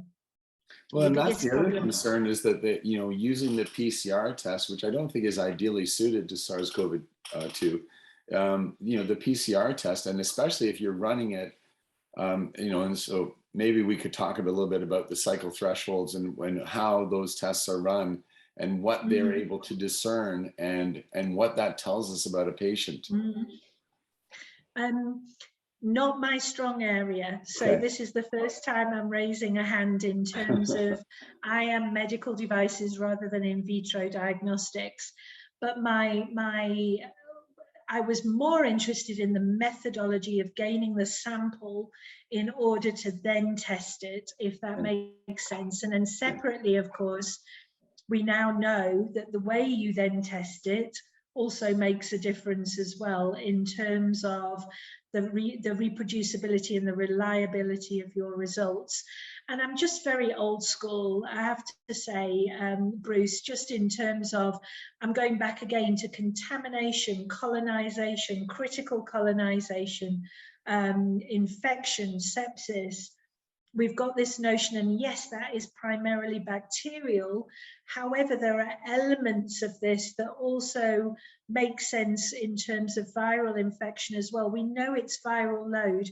We know it's exposure that make the biggest difference. If you're face on in front of a whole lot of unwell people with COVID infection all day, every day, if you're sitting in a supermarket on a till, and everyone is talking at you for that whole day, your exposure risk is much higher. Your viral load risk is much higher if you have a poor immune system, if you've got medical conditions on top of that, and the virus is having a party inside your body in terms of that. So it is this notion of the methodology of the testing, the way they're doing the testing, the nature of the person who's sitting in front of you, everything together. We're back to holistic considerations again. And I think because we put this virus under the microscope and we put the condition under the microscope, we were more inclined to look right down our noses at what the problem was rather than looking sideways. And whether you call it tunnel vision or whether you call it short-sighted, plus emotions, plus fear, genuinely fear, and also the lack of the ability of the scientists, the politicians, and virtually everybody to say to everyone, we are making our best effort at this, and we are guessing and thumb sucking, and what you have is our commitment, our absolute commitment to walk it back if we feel like we need to. And by the way, does anybody have a good idea in the back row? Well, I think like you like, I think one of the things I know about the PCR test is that if someone has been interacting with someone who has come down with COVID, and they just had that interaction, there's going to be nothing in their system that indicates that they've had an infection.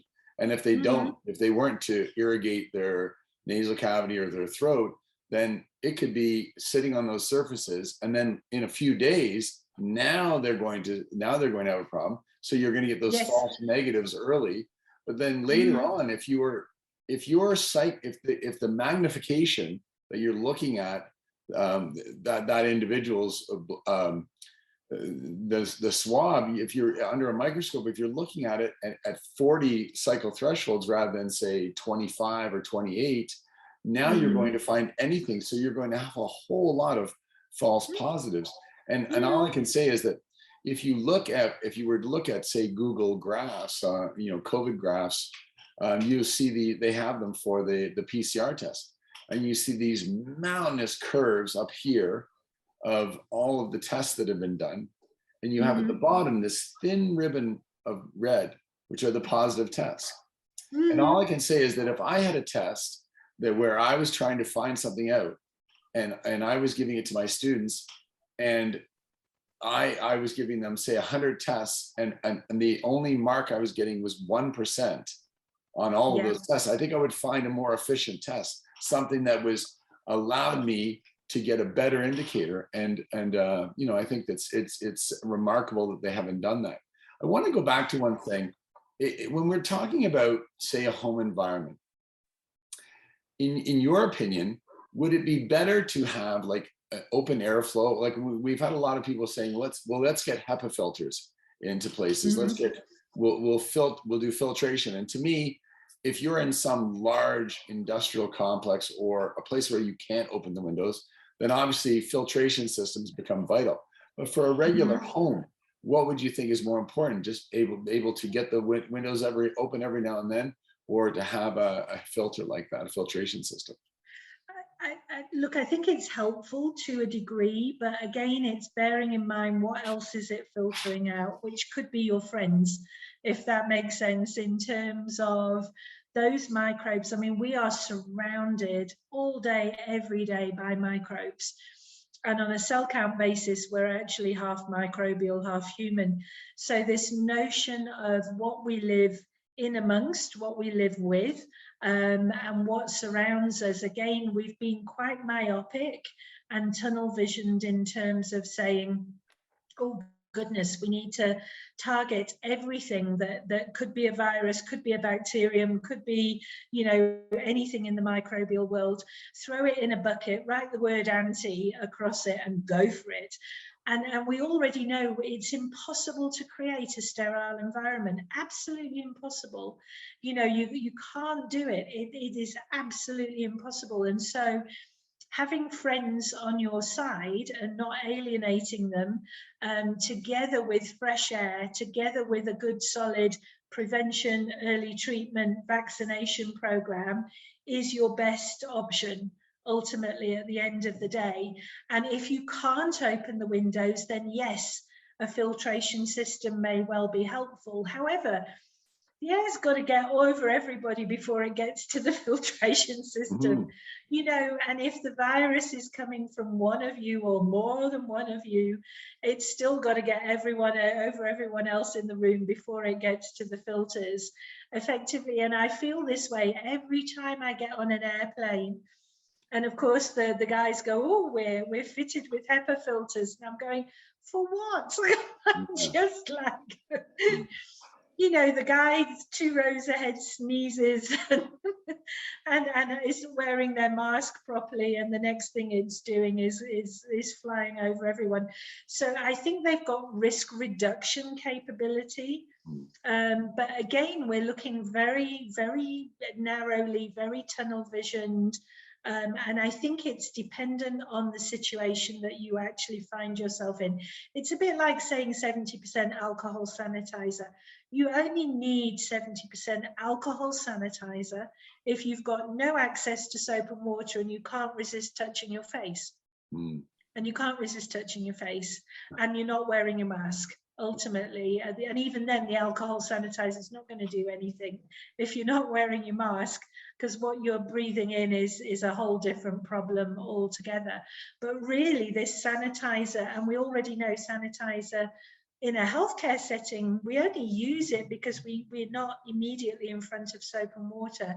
We don't consider our hands clean when we use sanitizer, and the first thing you should be doing is getting to the soap and water. So it's the same with the HEPA filters, if that makes sense.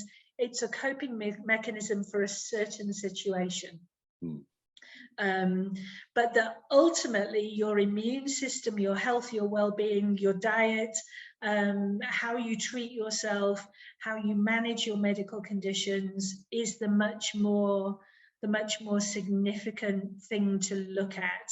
And if you're not going to do anything about those things, then you have to put yourself in the risk category that says, okay, now what do I need to do? I need to wear my mask, look at mucosal protection, consider vaccination in terms of doing that, but it's a considered approach, and put things in place at home. But if you're not prepared to open the windows and look after yourself properly, then get outside, get some sunshine and some fresh air, then you're leaving yourself very, very few things that are going to be in your favor. Am I making sense? Yes, I'm just thinking about like one of the things that might be interesting to talk about, and again, this might be outside your area of expertise, but you might be able to speak to it a bit.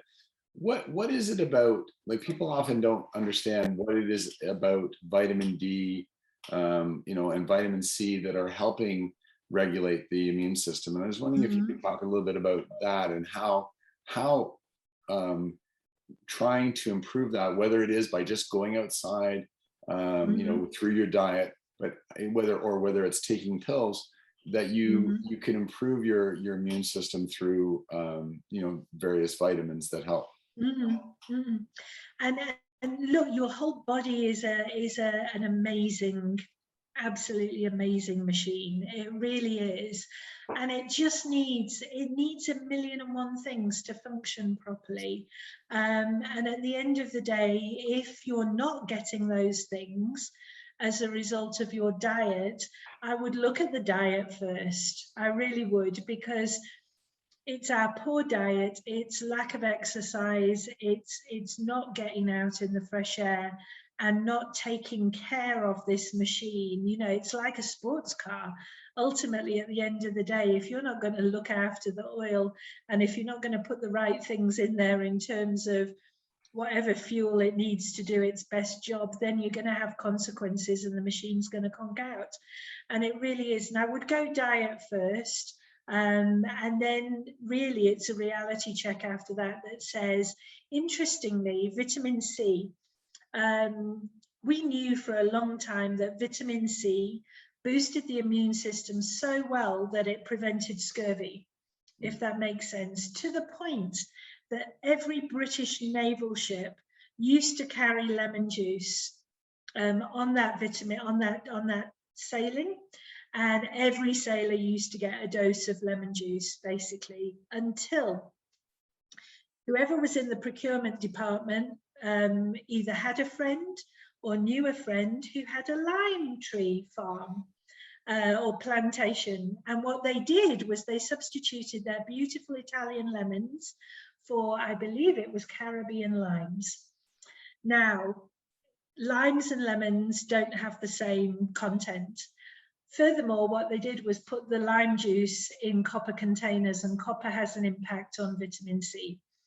And so actually there was a 100-year period in the UK where everybody believed scurvy was completely untreatable and unpreventable because someone in the procurement department of the British Navy switched from Italian lemons to Caribbean limes, and subsequently couldn't prevent scurvy and couldn't treat it either, if that makes sense. And thus creating a pejorative nickname as well in the process. Yeah. I'm guessing this is where limeys came from in terms of this.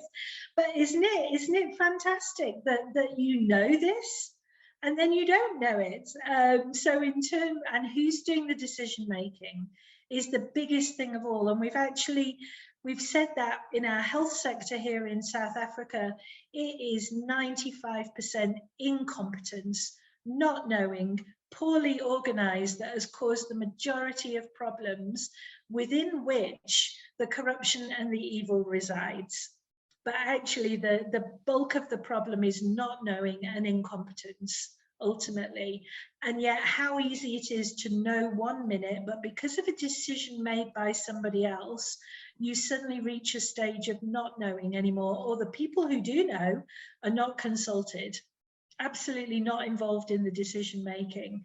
And we always say with healthcare, it's like having 3 people round a dinner table. One person orders the meal, the second person eats it, the third one pays the bill. And if you have not shared those perspectives around the table, what you find is decision making happens independently of experience. Or we get a bunch of people around the table who quite honestly have not seen a patient for the last 25 years, and we ask them what they think about the problem, and your advisors are supposedly wise advisors, but they literally haven't seen a patient for years. or they have very little contact with patients, or they have, so that the needs of an emergency room doctor will not be the same as the needs of a family doctor, a GP. You know, critical care ICU unit has got another set of needs. Elderly care has got another set of needs. Pediatrics and neonatal has got another set of needs in terms of who their patients are, the problems that they face, and therefore their best solution. Retail shops, another set of needs. Out in the community, another set of needs. You know, and we've tried to ram a variety of pegs of all different shapes into the same hole, and we know it doesn't work. But I don't love actually the fact that we can know something so well until a decision is made that either does not include the person who knows or overrides the person who knows for the sake of something, to the point that you could literally go a period of 100 years in healthcare history not knowing something or believing something was not possible, and yet it was entirely possible. Mm-hmm. This is the one thing I found really fascinating, in particular for myself, is about the COVID response, is that we have a lot of doctors that have had a great deal of experience treating a patient in front of them. And I've had conversations with several doctors that said they very early on they knew that what the stages of the disease were, and how it shifted from the the viral stage to the inflammatory stage, and at a certain point you couldn't even culture the virus in an individual. So they knew how to treat it and what drugs to treat it with. And we often talk about the mechanisms of action, in terms of various drugs, and like hydroxychloroquine or ivermectin, and they say, well, show me the proof. Well, it's very difficult to show proof in all of the interactions that we have with medicines and drugs, but we know that they work. And one of the things I wanted to ask you about is, in South Africa, what has been the limitations placed on doctors, and how have they been limited in terms of what they are, how they're treating, and what they're able to do? Because in North America, this has become a real problem because, for example, remdesivir, which is a drug put out by Gilead, has been used throughout North America and in the United States and Canada, and I believe in the UK. And this is a drug that has proven to have extremely low efficacy, and is also puts a great deal of pressure on people's renal systems. And yet it's widespread. And yet there are places in Canada and the United States where you can't introduce, even though a patient has the right to request, you can't produce ivermectin or hydroxychloroquine at the early stages into their treatment, into a sort of a multi-layered treatment response. I just wondered, how are the doctors in South Africa able to treat, and are there the same limitations?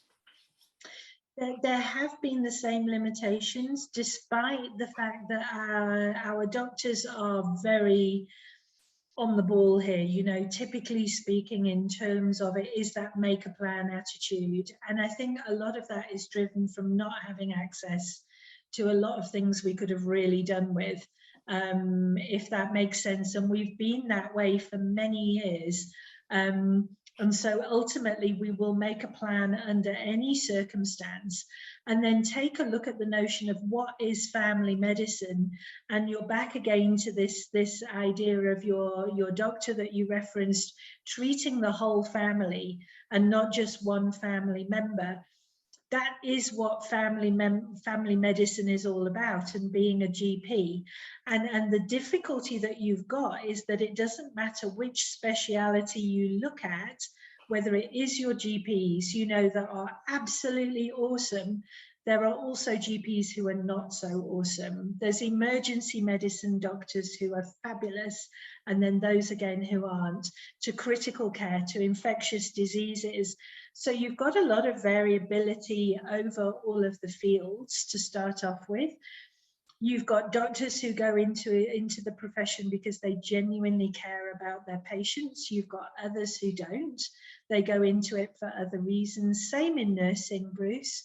The vocation we used to see in nursing doesn't exist anymore in terms of what's happening. So I think what we've ended up with is too much variability in terms of response, which means that those that do care and that are awesomely good at what they do are islands, if that makes sense, in a rather tumultuous sea, which means that when you have an industry, political, media conglomeration in the other direction, it's very hard to go against that, because it's a tidal wave coming in the opposite direction. And I do very much feel that this project got to the point where it literally it was going to succeed at all costs, regardless, effectively. In between that, you've got the regulatory authorities who genuinely do want to be making a difference and being careful, but they can't help but be influenced by who's shouting at them from both directions. And the government can be very persuasive, and the industry can be very persuasive, and the media can be immensely persuasive. So roll all three of them together into a ball, and then face them off against little islands of good practice. And you can almost predict which way this is going to go in terms of who's going to have the voice. I've often noticed this in clubhouse rooms, and I've often mentioned it to people, that the people who have concerns, who are frightened and who are worried, are all different. And they've got different things that frighten them. And they've got different things that concern them, and different reasons for being hesitant, from being frank conspiracy theorists to being genuinely concerned about the way this vaccine has been presented and the research and everything. And so it's very fragmented on that side, if that makes sense. Whereas on the other side, you've got a ball, literally, of people with interests, from political to industry to media, that together have something to be unified about. Am I making sense? Yes, well, I And think especially what I'm finding is that this is probably in my examination of prior outbreaks, this is the first time the media has taken such a strong stance in lockstep with governments, and whatever the government says, they're right in step. And I think one of the things that's sorely missing is that we have no investigative journalism. There is just no one saying, wait a second, this doesn't seem right. And why are we doing it like this? And I think that's one of the things that's so missing in this whole response, is that we don't have a skeptic. We don't have anyone who is on the outside looking in saying, why are you doing that? And how does that make sense? Everything is just, and I think you identify something very clearly. I'll be in a circumstance where there'll be a doctor talking very authoritatively and about the vaccine, and how basically the vaccine is the only way. There's only one road, and it leads to the vaccine. And someone will come up and say, well, I've been having difficulties with menstrual bleeding. Could this be related to the vaccine? No, it's not the vaccine. Or someone will say, I'm hesitant for this reason. Well, you shouldn't be. Go take the vaccine. And there's never any nuance to their side of it. It's very, like you say, a bull is an excellent way of analogizing it, because it's very much driven and pushing towards one narrative, whereas the other side of the argument seems to be multifaceted, and there are a lot of different people from a lot of different backgrounds and interests, and they're all taking a different tack to it, but they all have questions, and those questions, to my way of thinking, are yet to be answered efficiently or effectively, for sure. Absolutely. And it's worse than a bull for me in a way. It's a herd of charging wildebeest, they're literally. And they do migrate. I know they do migrate, but there's also, if you think of a herd of cattle as well, there's something that can spook them. And then it's a stampede. So actually, it's more of a stampede, less of a migration. Something My triggered it my off. analogy my analogy is this. I believe that our COVID response is this massive boulder, and that Mm, boulder slowly started getting pushed in a certain direction, mhm. and then momentum started to happen. And then what happened is Absolutely. different interests came and started pushing, and then that Yeah, boulder started to roll, and now it's very difficult for yeah. people, and there are a lot of people, and especially those at the Mhm, bottom of the socioeconomic economic mhm, spectrum. They're the ones that are being rolled over by this, and it's not. mhm, And the mhm, people who are the special interests, they're the ones pushing the boulder in this direction. And I think mhm, if we're going to have any success, we've got to change the direction, or at least slow that boulder, because mhm, otherwise we're mhm. going to go too far down a road that we can't come back from. I do want I to go back agree to with one thing. you. I want to go Mhm, back to one thing, and if I could, and that is, I want to talk about the three levels of immunity, because right now mhm, we're really focused on antibodies. And I was wondering if mhm, you could speak to the three levels of immunity, because we do mhm, have T cell and B cell immunity, and I want mhm, to talk about how that works into our body's response to the variants, so mhm, that mhm, one of the things that we say is that there's this huge antibody response created by the vaccines, but mhm, that antibody response is large but limited in time. And mhm, then we also have the body's, it was analogized to me that like an antibody is like a garbage man or a garbage person, mhm. and the T cell immunity is like a dump truck, like I know what you mean. yeah, the garbage truck. So I wonder if you could speak to that a little bit. So basically, um, and let me talk conceptually here rather than fine details, because I also get confused, if that makes sense. However, in conceptual terms, you can't be injected with immunity, if that makes sense. You gain immunity to something you have been exposed to. So whether that is an infectious agent or a vaccine, you gain immunity to it. That you've got short-lived and long-lived immunity in terms of the type of cell responses that you get. But ultimately, you can't just gain immunity without having been exposed to something. So you've got the wherewithal to have an immune system that is structured to respond to whatever it comes across, if that makes sense. And that is innate in all of them, and it can be affected by a lot of things. We've said medical conditions, age being two of the main ones. Then what you've got within that immune system is types of responses. So you've got short-term responses, long-term responses, but still at the end of the day, you either have to have been infected with that infectious agent or been vaccinated against that infectious agent, which of course used to always involve either killing the infectious agent and putting the killed version inside you, or attenuating it and dampening it down and putting that inside you for your immune system to sort of go, hang on a minute, this is foreign.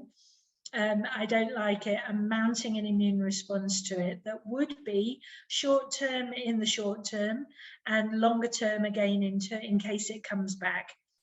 So that we remember it, so that next time it comes, we go, hey, we know this, and we've developed immunity to it.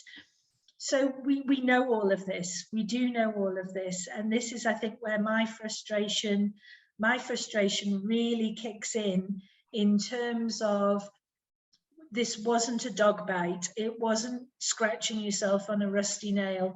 It was a virus that was coming in typically through your nasal passage into your upper respiratory tract, that we learned very quickly that there were receptors it was latching onto, that it would find a way then of crossing your mucosal surface. We learned then that now the consequences are also significant in terms of that, which means that our response to it should have been tailored to the type of infectious agent it was, the mechanism by which it gained entry into the body, the results it had once it was there.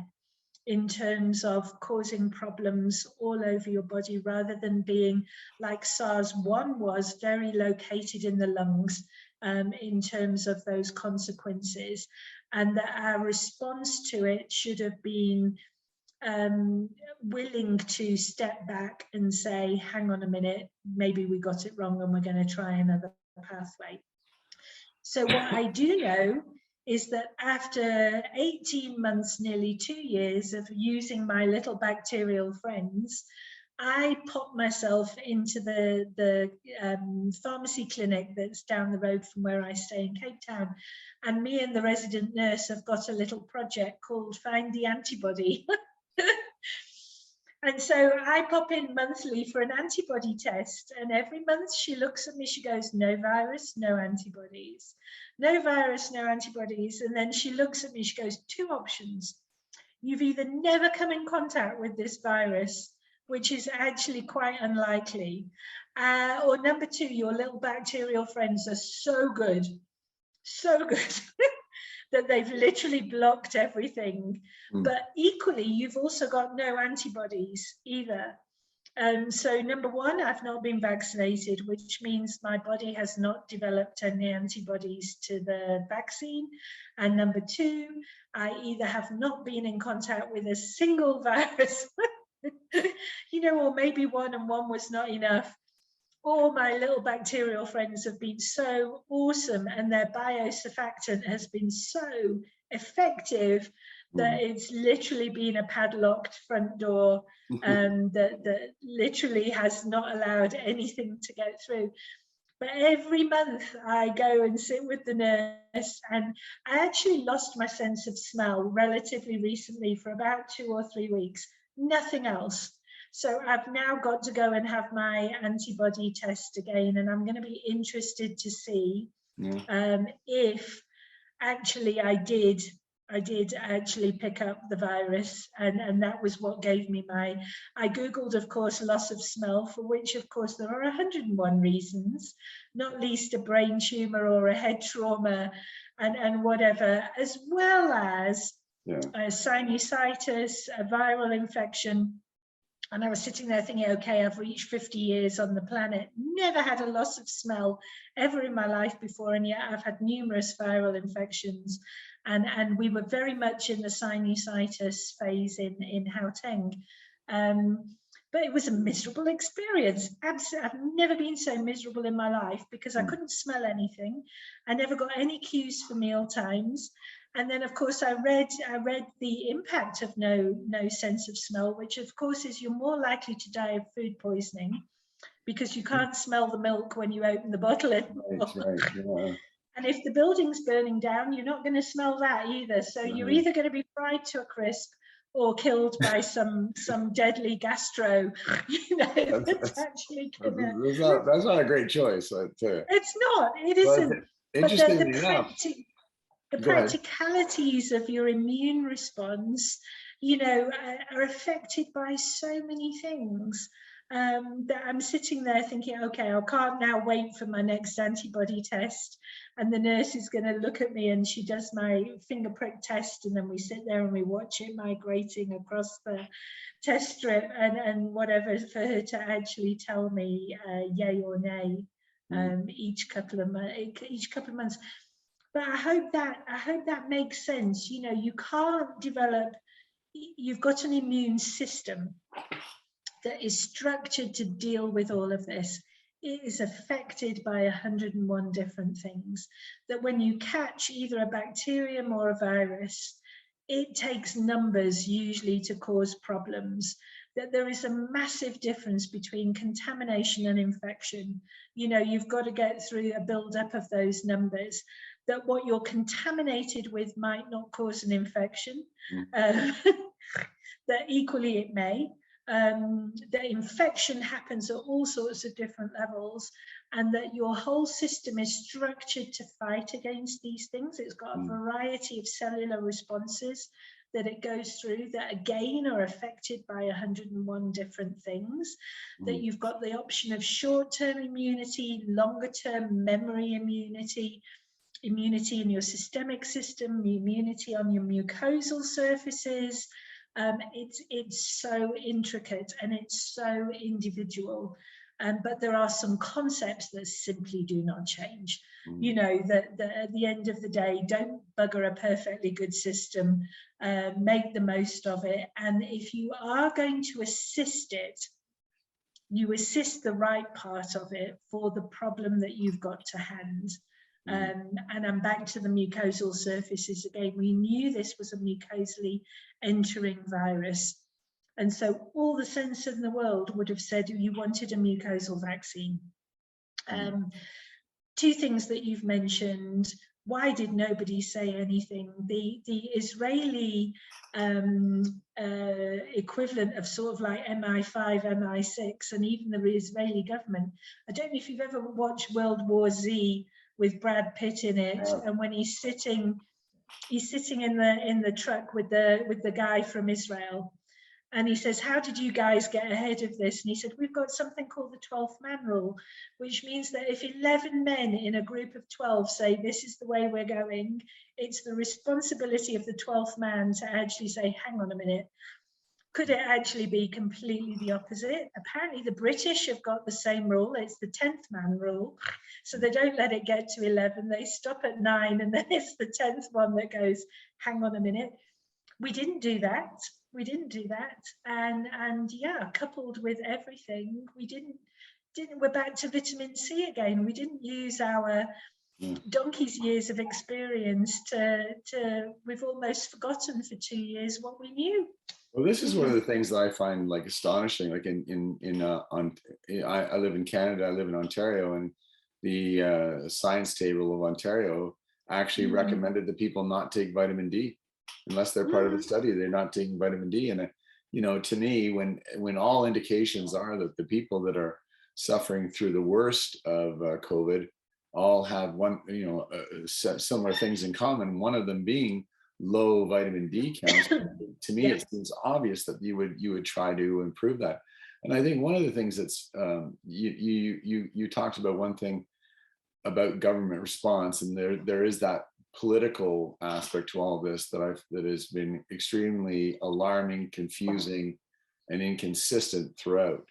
And then one of the things that I thought was extremely odd was real warning signs went off, warning bells went off for me, was that we had these vaccines that are coming out and everyone was very excited about them. And at that time, the efficacy of them was great, fantastic.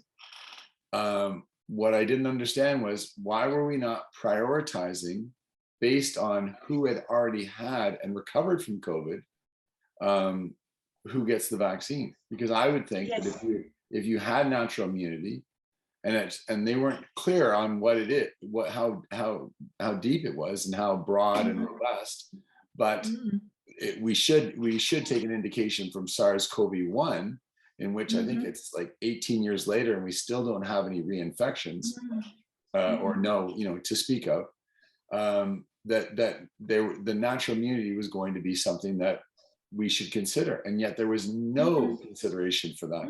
And I think it's extremely, and so that begs the question, why?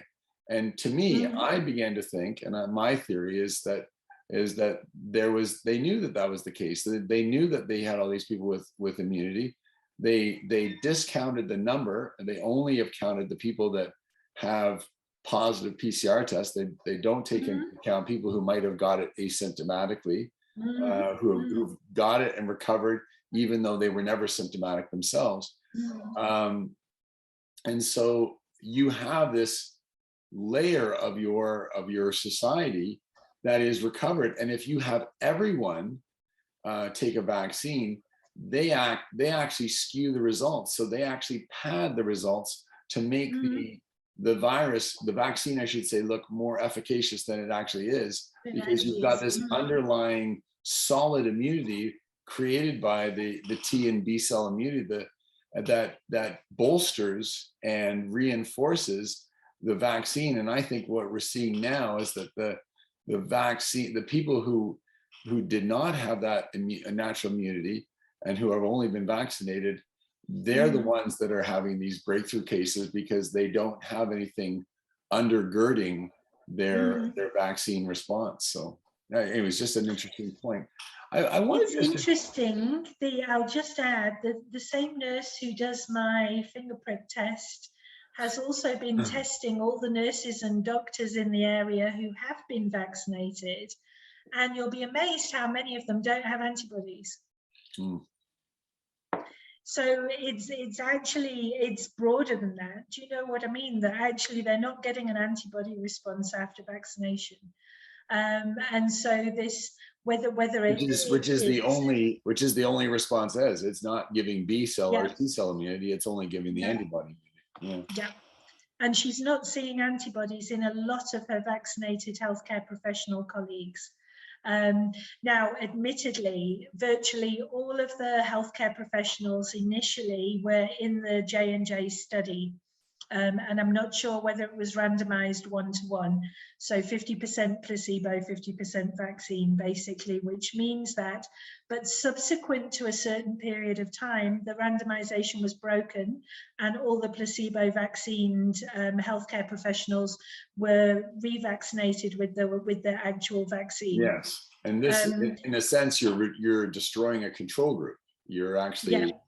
you're taking away the control, because now you have nothing. Like, I think that was the one thing that was fascinating about the 6 months results from the Pfizer, was that they had in the 20,000 in both arms of the study, you had, statistically insignificant amount of protection, because I think there was 15 deaths in the vaccine arm and 14 deaths in the placebo arm.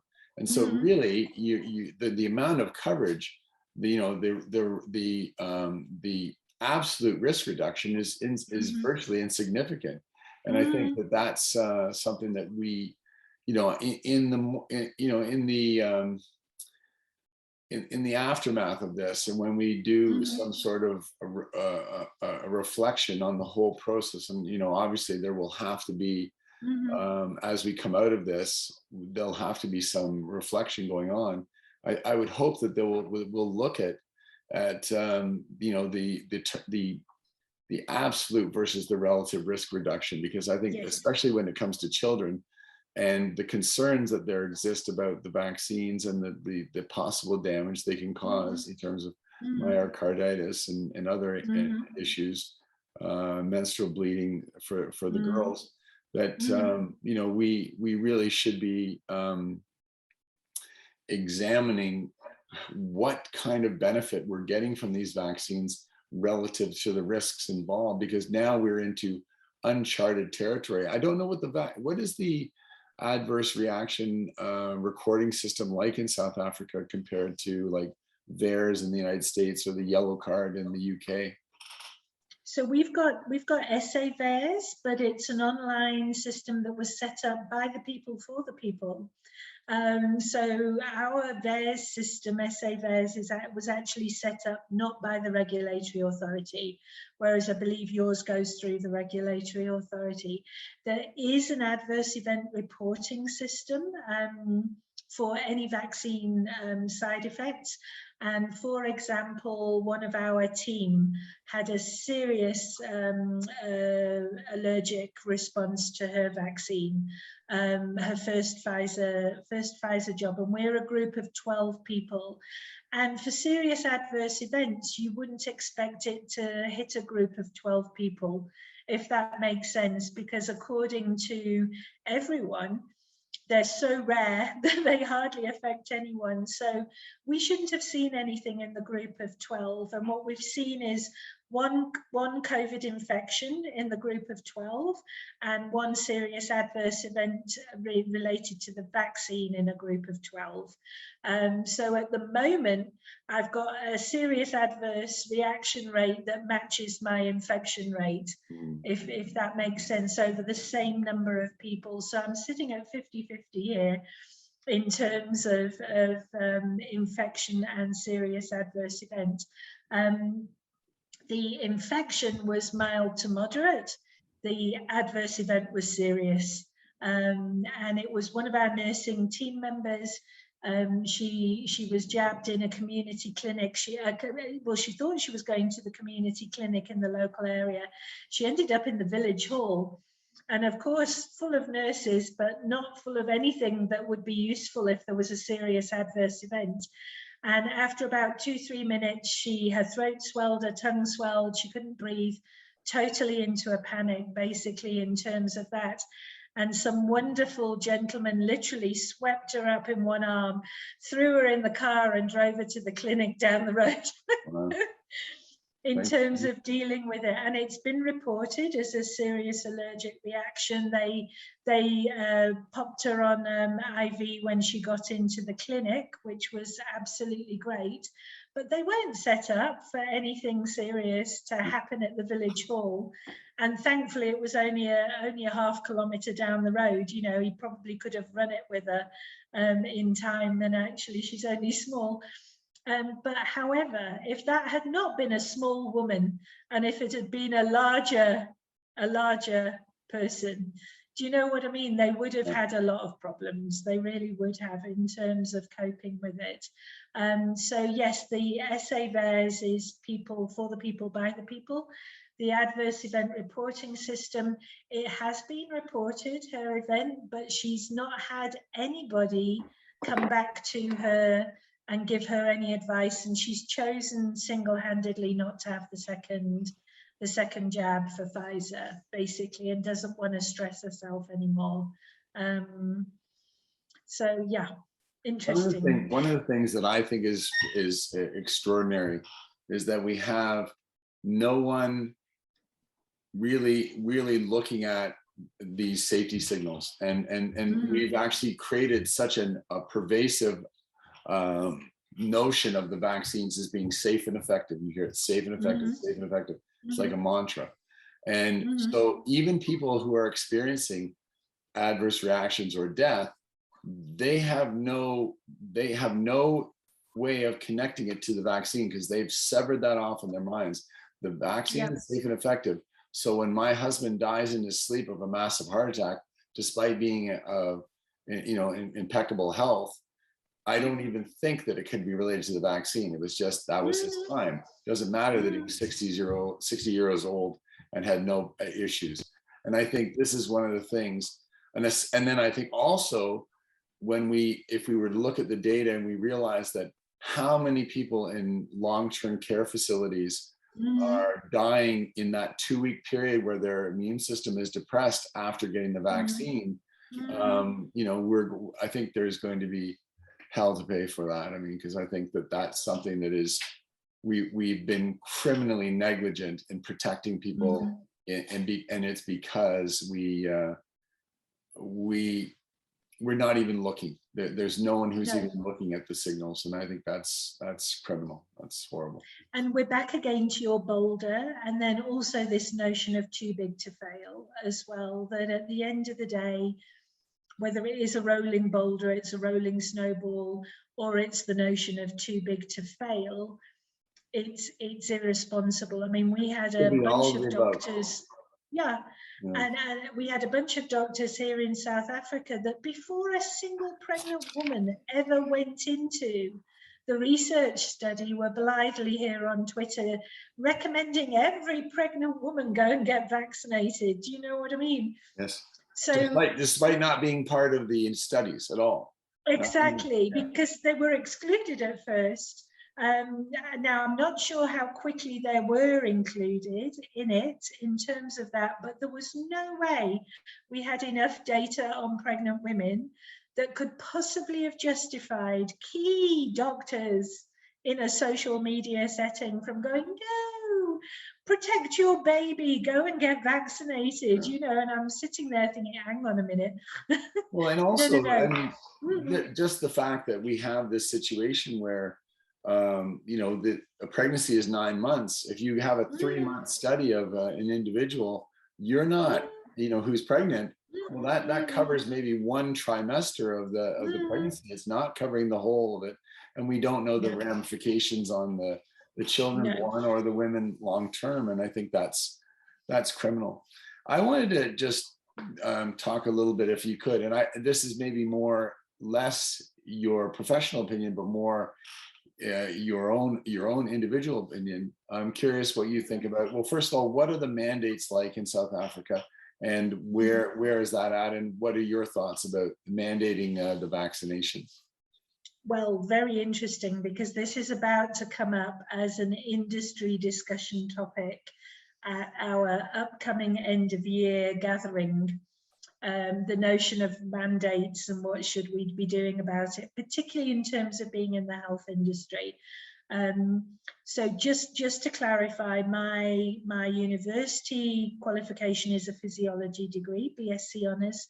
I spent several years in clinical research before moving from medicines over to medical devices, and I've been working in wound care for the past 20 years, largely from a research and a clinical perspective, although I'm not a nurse and I'm not a doctor, if that makes sense. So our mandate perspective has been quite fascinating, because the government have literally said, we are not going to institute mandates, guys. And I think this is partly because they are a revolutionary post-apartheid government. And we have such things as terrible practices that went on during apartheid, Bruce, from passes to enter certain parts of town, to horrible medical experiments that went on with people throughout that apartheid area. Colonialism was also a mission and a half, but apartheid was particularly nasty. And I think the government are very reluctant to actually go anywhere down that path, in terms of, they've talked about the notion of you can scan your barcode from your vaccine. They've developed a little app that sits on your phone. However, what they have kept with at the moment is a lot of encouraging media messages in terms of, please go and get vaccinated, please go and get vaccinated. They've made a statement that they are not mandating from a government perspective. However, they said, companies, you are welcome to do it and knock yourselves out, basically. Subsequent to that, they have created now a separate injury fund component of our employers' contribution fund. So what they've just recently issued is a notice to everybody saying that if you are injured by a vaccine because your employer told you you had to have it in order to do your job, we are creating a section of the occupational injuries fund to cope with that. However, you have to prove that, number one, your employer forced you to do it, and number two, which means you pull up the employer's policy, and number two, you need to be able to illustrate that your injury was in proximity to your vaccination. So there's that. So I find this quite fascinating that the government has sidestepped the notion of mandates. It's not like the US, where the federal government has said federal employees, do you know what I mean, and government employees. They've left everybody to make the decision for themselves, from companies to even the healthcare sector. You know, some hospitals, the public sector and the private sector, may be dealing with it differently in terms of how they are mandating or they're not mandating. The fact that virtually every healthcare professional went into that study at the beginning is pretty much incidental, but we know there are healthcare workers who are not vaccinated, for example. So the fact they've left it to companies. Now, one of the first companies to speak up and say it was going to lay out a mandate for everybody, for their employees, was our largest medical insurance company. So Discovery Health were the first, literally. A couple of the other large companies have made murmurs of it, you know, down to the fact that their CEO will be on the news saying, really now, if there's another lockdown, it should not be the vaccinated that are locked down. It should only be the unvaccinated who are locked down. You know, and I'm sitting there, it's back to your point about natural immunity again, in terms of total disregard for that. But the first company that literally opened its mouth and said every employee must be vaccinated by, I think it's January or February next year, is the largest medical insurance scheme in the country. Well, I So think we've it's got a fascinating. discussion. We've got a discussion coming up in a couple of weeks, because South Africa closes around mid-December for our long summer holidays. So mid-December to mid-January is our August summer holidays, basically. And I know we've got an end of year discussion, and mandates is top of the list. We have not mandated. So we took a decision, even when this kicked off, we said, whenever the vaccine pitches up, there is no way as an employer that we are going to tell you guys what to do. We're going to be open to questions. We're going to help answer questions as best we possibly can. But you are a group of adults with a perfectly capable sense of self-determination. And we are an employee owned and run business, if that makes sense, which means it made no sense then to say, oh, now we're going to become telling you what to do, and you know, you shift back to parent-child instead of adult conversations. So we've left it very, very open for the team, and we've said we don't even expect you to tell us whether you're vaccinated or not. We will plan for you not being vaccinated, which means we have sensibly spaced the office. We have the windows open at all time. We have the front door open at all time. And we're just respectful and mindful. And if you don't feel well, stay home and keep it, whatever it is, to yourself at home for a couple of days until you're feeling better. And then we'll see you when you're feeling better and you're back at work again.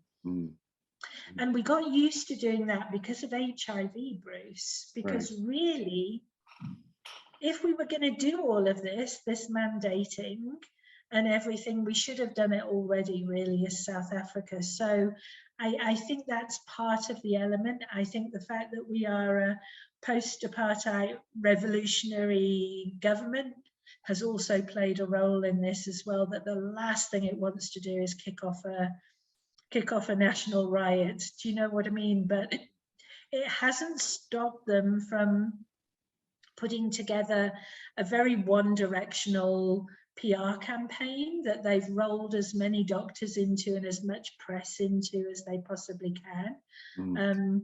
So we've seen some of the things that you have seen, but we've distinctly not seen some of the things because of just the sheer nature of who we are as a country, what has influenced us these past years, the experience we've got in infectious diseases, the lack of resources that we've got, the fact that we thought that we were never going to be top of anyone's vaccine. Originally, we were only going to go onto the Gavi charitable donations list, you know, so, and we only have a 10% private sector healthcare here. 10% is insurance-based, 90% is public health that is very badly resourced and very badly funded, and 85% of first consultations to a healthcare practitioner in this country are to a traditional healer, still not to an allopathic doctor. Wow. So isn't it fascinating that we've still got this massive traditional concept which has a head component and a herbal component. We have sangomas and inyangas, and everyone forgets this. We've got a lot of rural areas. Yes, we've got some cities, but we've got a lot of people in very remote places that are not open to all of this malarkey. Yeah. So if you say you had a magic wand and then suddenly you could name yourself the head of not even the world, but just South Africa's public health response, what changes would, well, first of all, if you could go back and make changes to how the response was initially, and could you make changes right now? What would your changes be? Yeah, so it's a time turner, isn't it, from Harry Potter, basically, Hermione's time turner. And it would be to take a breath, basically, to take a deep breath and to get some brains around the table that weren't just academic, but they were practical as well. Get some real practical brains around the table and have that kind of discussion that says, what is it that we already know? apply the 10th man rule or the 12th man rule, you know, in terms of, hang on a minute, what if it happens to be completely the opposite? Call for a holistic view rather than a narrow tunnel vision view. Ask the politicians to just take a back seat for a little while until we've got ourselves sorted out. And then really look at doing a multifactorial response that is over everything from prevention to early treatment to medium treatment to very much a community-based response that is tailored to the aspects of the community that we're actually dealing with, and just recognize that that might be different and very well would be different. In terms of that, to really call up on the nurses and the family doctors, you know, in terms of what it is. A competition, like I've said, on 2 levels, health related. Anyone got any ideas? Economy related, anyone got any ideas? And just try and retain as much knowledge as we possibly could, and get in a program for fighting fear. Literally, that actually says, hang on a minute, you need, for example, we don't have a head of HR. We have a head of employee happiness, development and well-being. And we know when we've lent him to hospitals previously and got him to focus on the happiness and the satisfaction of who is working in that hospital, from the CEO to the cleaners, that we can get a much better functionality to that unit. So actually have some holistic care people coming in and actually being part of that response and that decision-making process, if that makes sense. And it's not about delaying. I think is that we've become incredibly aware of pain in the healthcare system, of the reduction of pain, the elimination of pain, but we haven't replaced it with anything.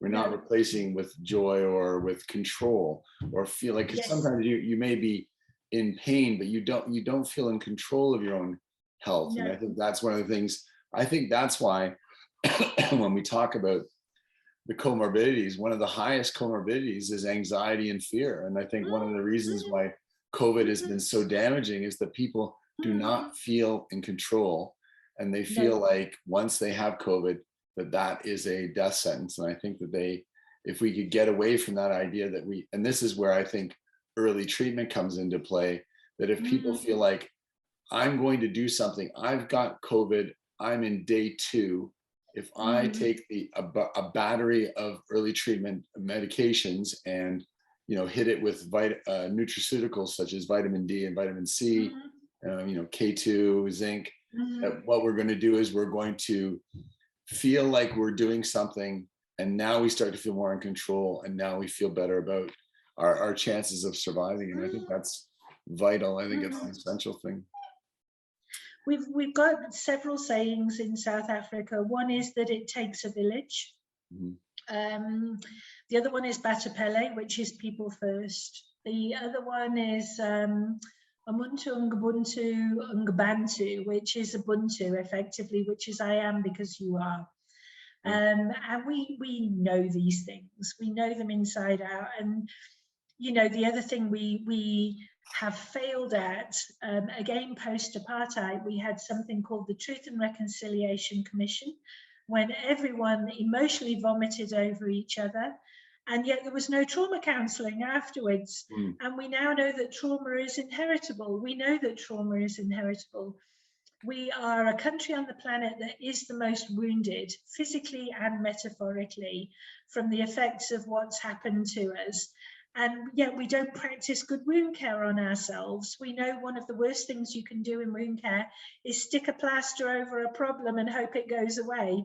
You know, it doesn't work like that. And so if there had been a country on the planet that really should have stood up and said, hang on a minute, You know, Sure, number one, sure. we're not gonna wait for someone to bail us out of this. Number two, we're gonna put a plan together, and number three, we're going to involve everybody, because my God, it's going to take a village. It should have been South Africa. And I This is the thing really that's do. been so demoralizing about our response in Canada, is that I don't know whether it's a national identity that we've all integrated into ourselves, that we somehow believe that we're these compliant and polite people who don't fight back. But we have been very quick to just sort of been very accepting of one narrative, and I think that it's unfortunate, because I think that what's happened is that it hasn't given the government any pause to say, are we doing the right thing? Are we doing something that our people accept or want? And I think that's something that perhaps the character of your country is probably more effectively suited to deal with something where some skepticism is required. Yeah. And then if you are a compliant natured country, your response might be completely different. Do you know what I mean? As opposed to us revolutionaries, you know, and traumatized revolutionaries that don't practice good wound care on themselves. Your response was going to have to be completely different. Go to Japan. You know, Japan is twice the size of South Africa. It has had a fraction of the cases and a fraction of the deaths that South Africa has had. And I'm sorry, it can't all be their compliance with masking. It can't be. What it subsequently turns out is that the average Japanese person consumes 20 odd kilos of something called natto each year. That's on average. For the low consuming areas, the high consuming areas, it's up to 60 kilos. Sorry, I get quite excited about this. Natto is a fermentation product of Bacillus subtilis, which is the product we use for our cleaning hospitals, basically, and for our nasal spray. It produces biological surfactant like there's no tomorrow. And so what they've been eating for breakfast every blinking morning is biosurfactant, actually. So they just haven't been breathing it in, they've been eating it. But the lovely thing about the mucosal system is it talks to itself. So whether it's in the nose, the throat, or down near your bum, you know, the mucosal system is talking to itself, basically. So I'd love to know, what is it about 20 odd kilos of natto each year that may possibly have given the Japanese this notion of they got, like I said, their highest death rate was from suicide. And so you've got to just think about what are the notions of what you're doing. And I love the concept of the International Space Station. I love the fact that there's this little community up there in space that is charged with across nations solving problems in space, and why we could not have taken that concept and made it continental, for example, and said across continents you might have some similarities in terms of risks and consequences.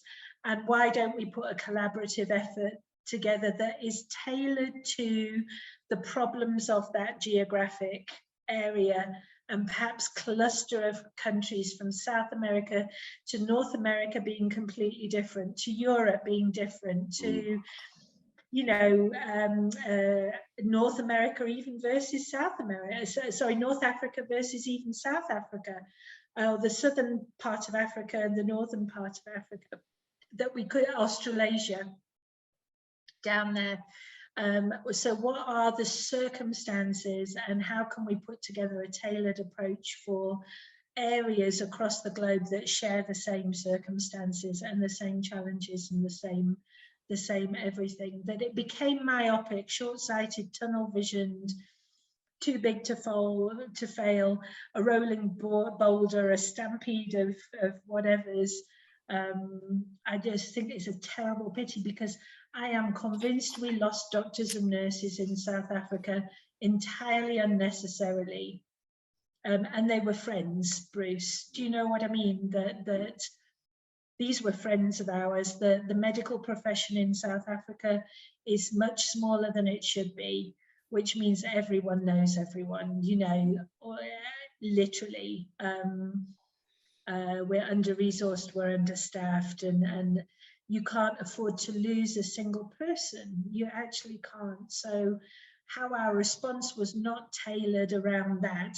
And I think there were people with good intentions. I genuinely believe there were, but I think it was the overwhelming not knowing, fear initially, rolling boulder that then took over with the combined influence of industry, politicians, and media versus all the common sense in the world that just seemed to evaporate.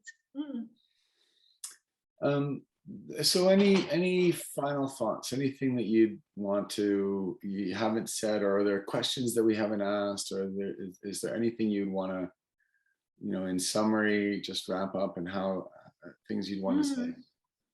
I would say that on reflection, we were lucky, if that makes sense. It doesn't for a minute mean that we're going to be this lucky next time round. And the next one is round the corner. That when you look overall at the numbers, and we look particularly at, say, South Africa, we're still sitting at an infection rate of around 5% of the population. And a death rate of that 5% is 3% of that 5%. So it's not 3% nationally, it's 3% of 5%. If we start to look at excess mortality, we know the numbers are going to change, but we know that we have categorized things incorrectly. We have tested incorrectly. We have prevented incorrectly. We have vaccinated probably incorrectly. We haven't sorted ourselves out in terms of prevention, early infection, mid-infection, or late infection, and we create 99% of our own problems in the first place. I don't happen to be a conspiracy theorist, you know, whether this came from a laboratory or whether it was from zoonotic. I don't happen to personally care, because it's a pathogen and we need to work out how we're going to cope with it, whether it comes from a laboratory or whether it comes from zoonotic transfer, or whether it's anything else.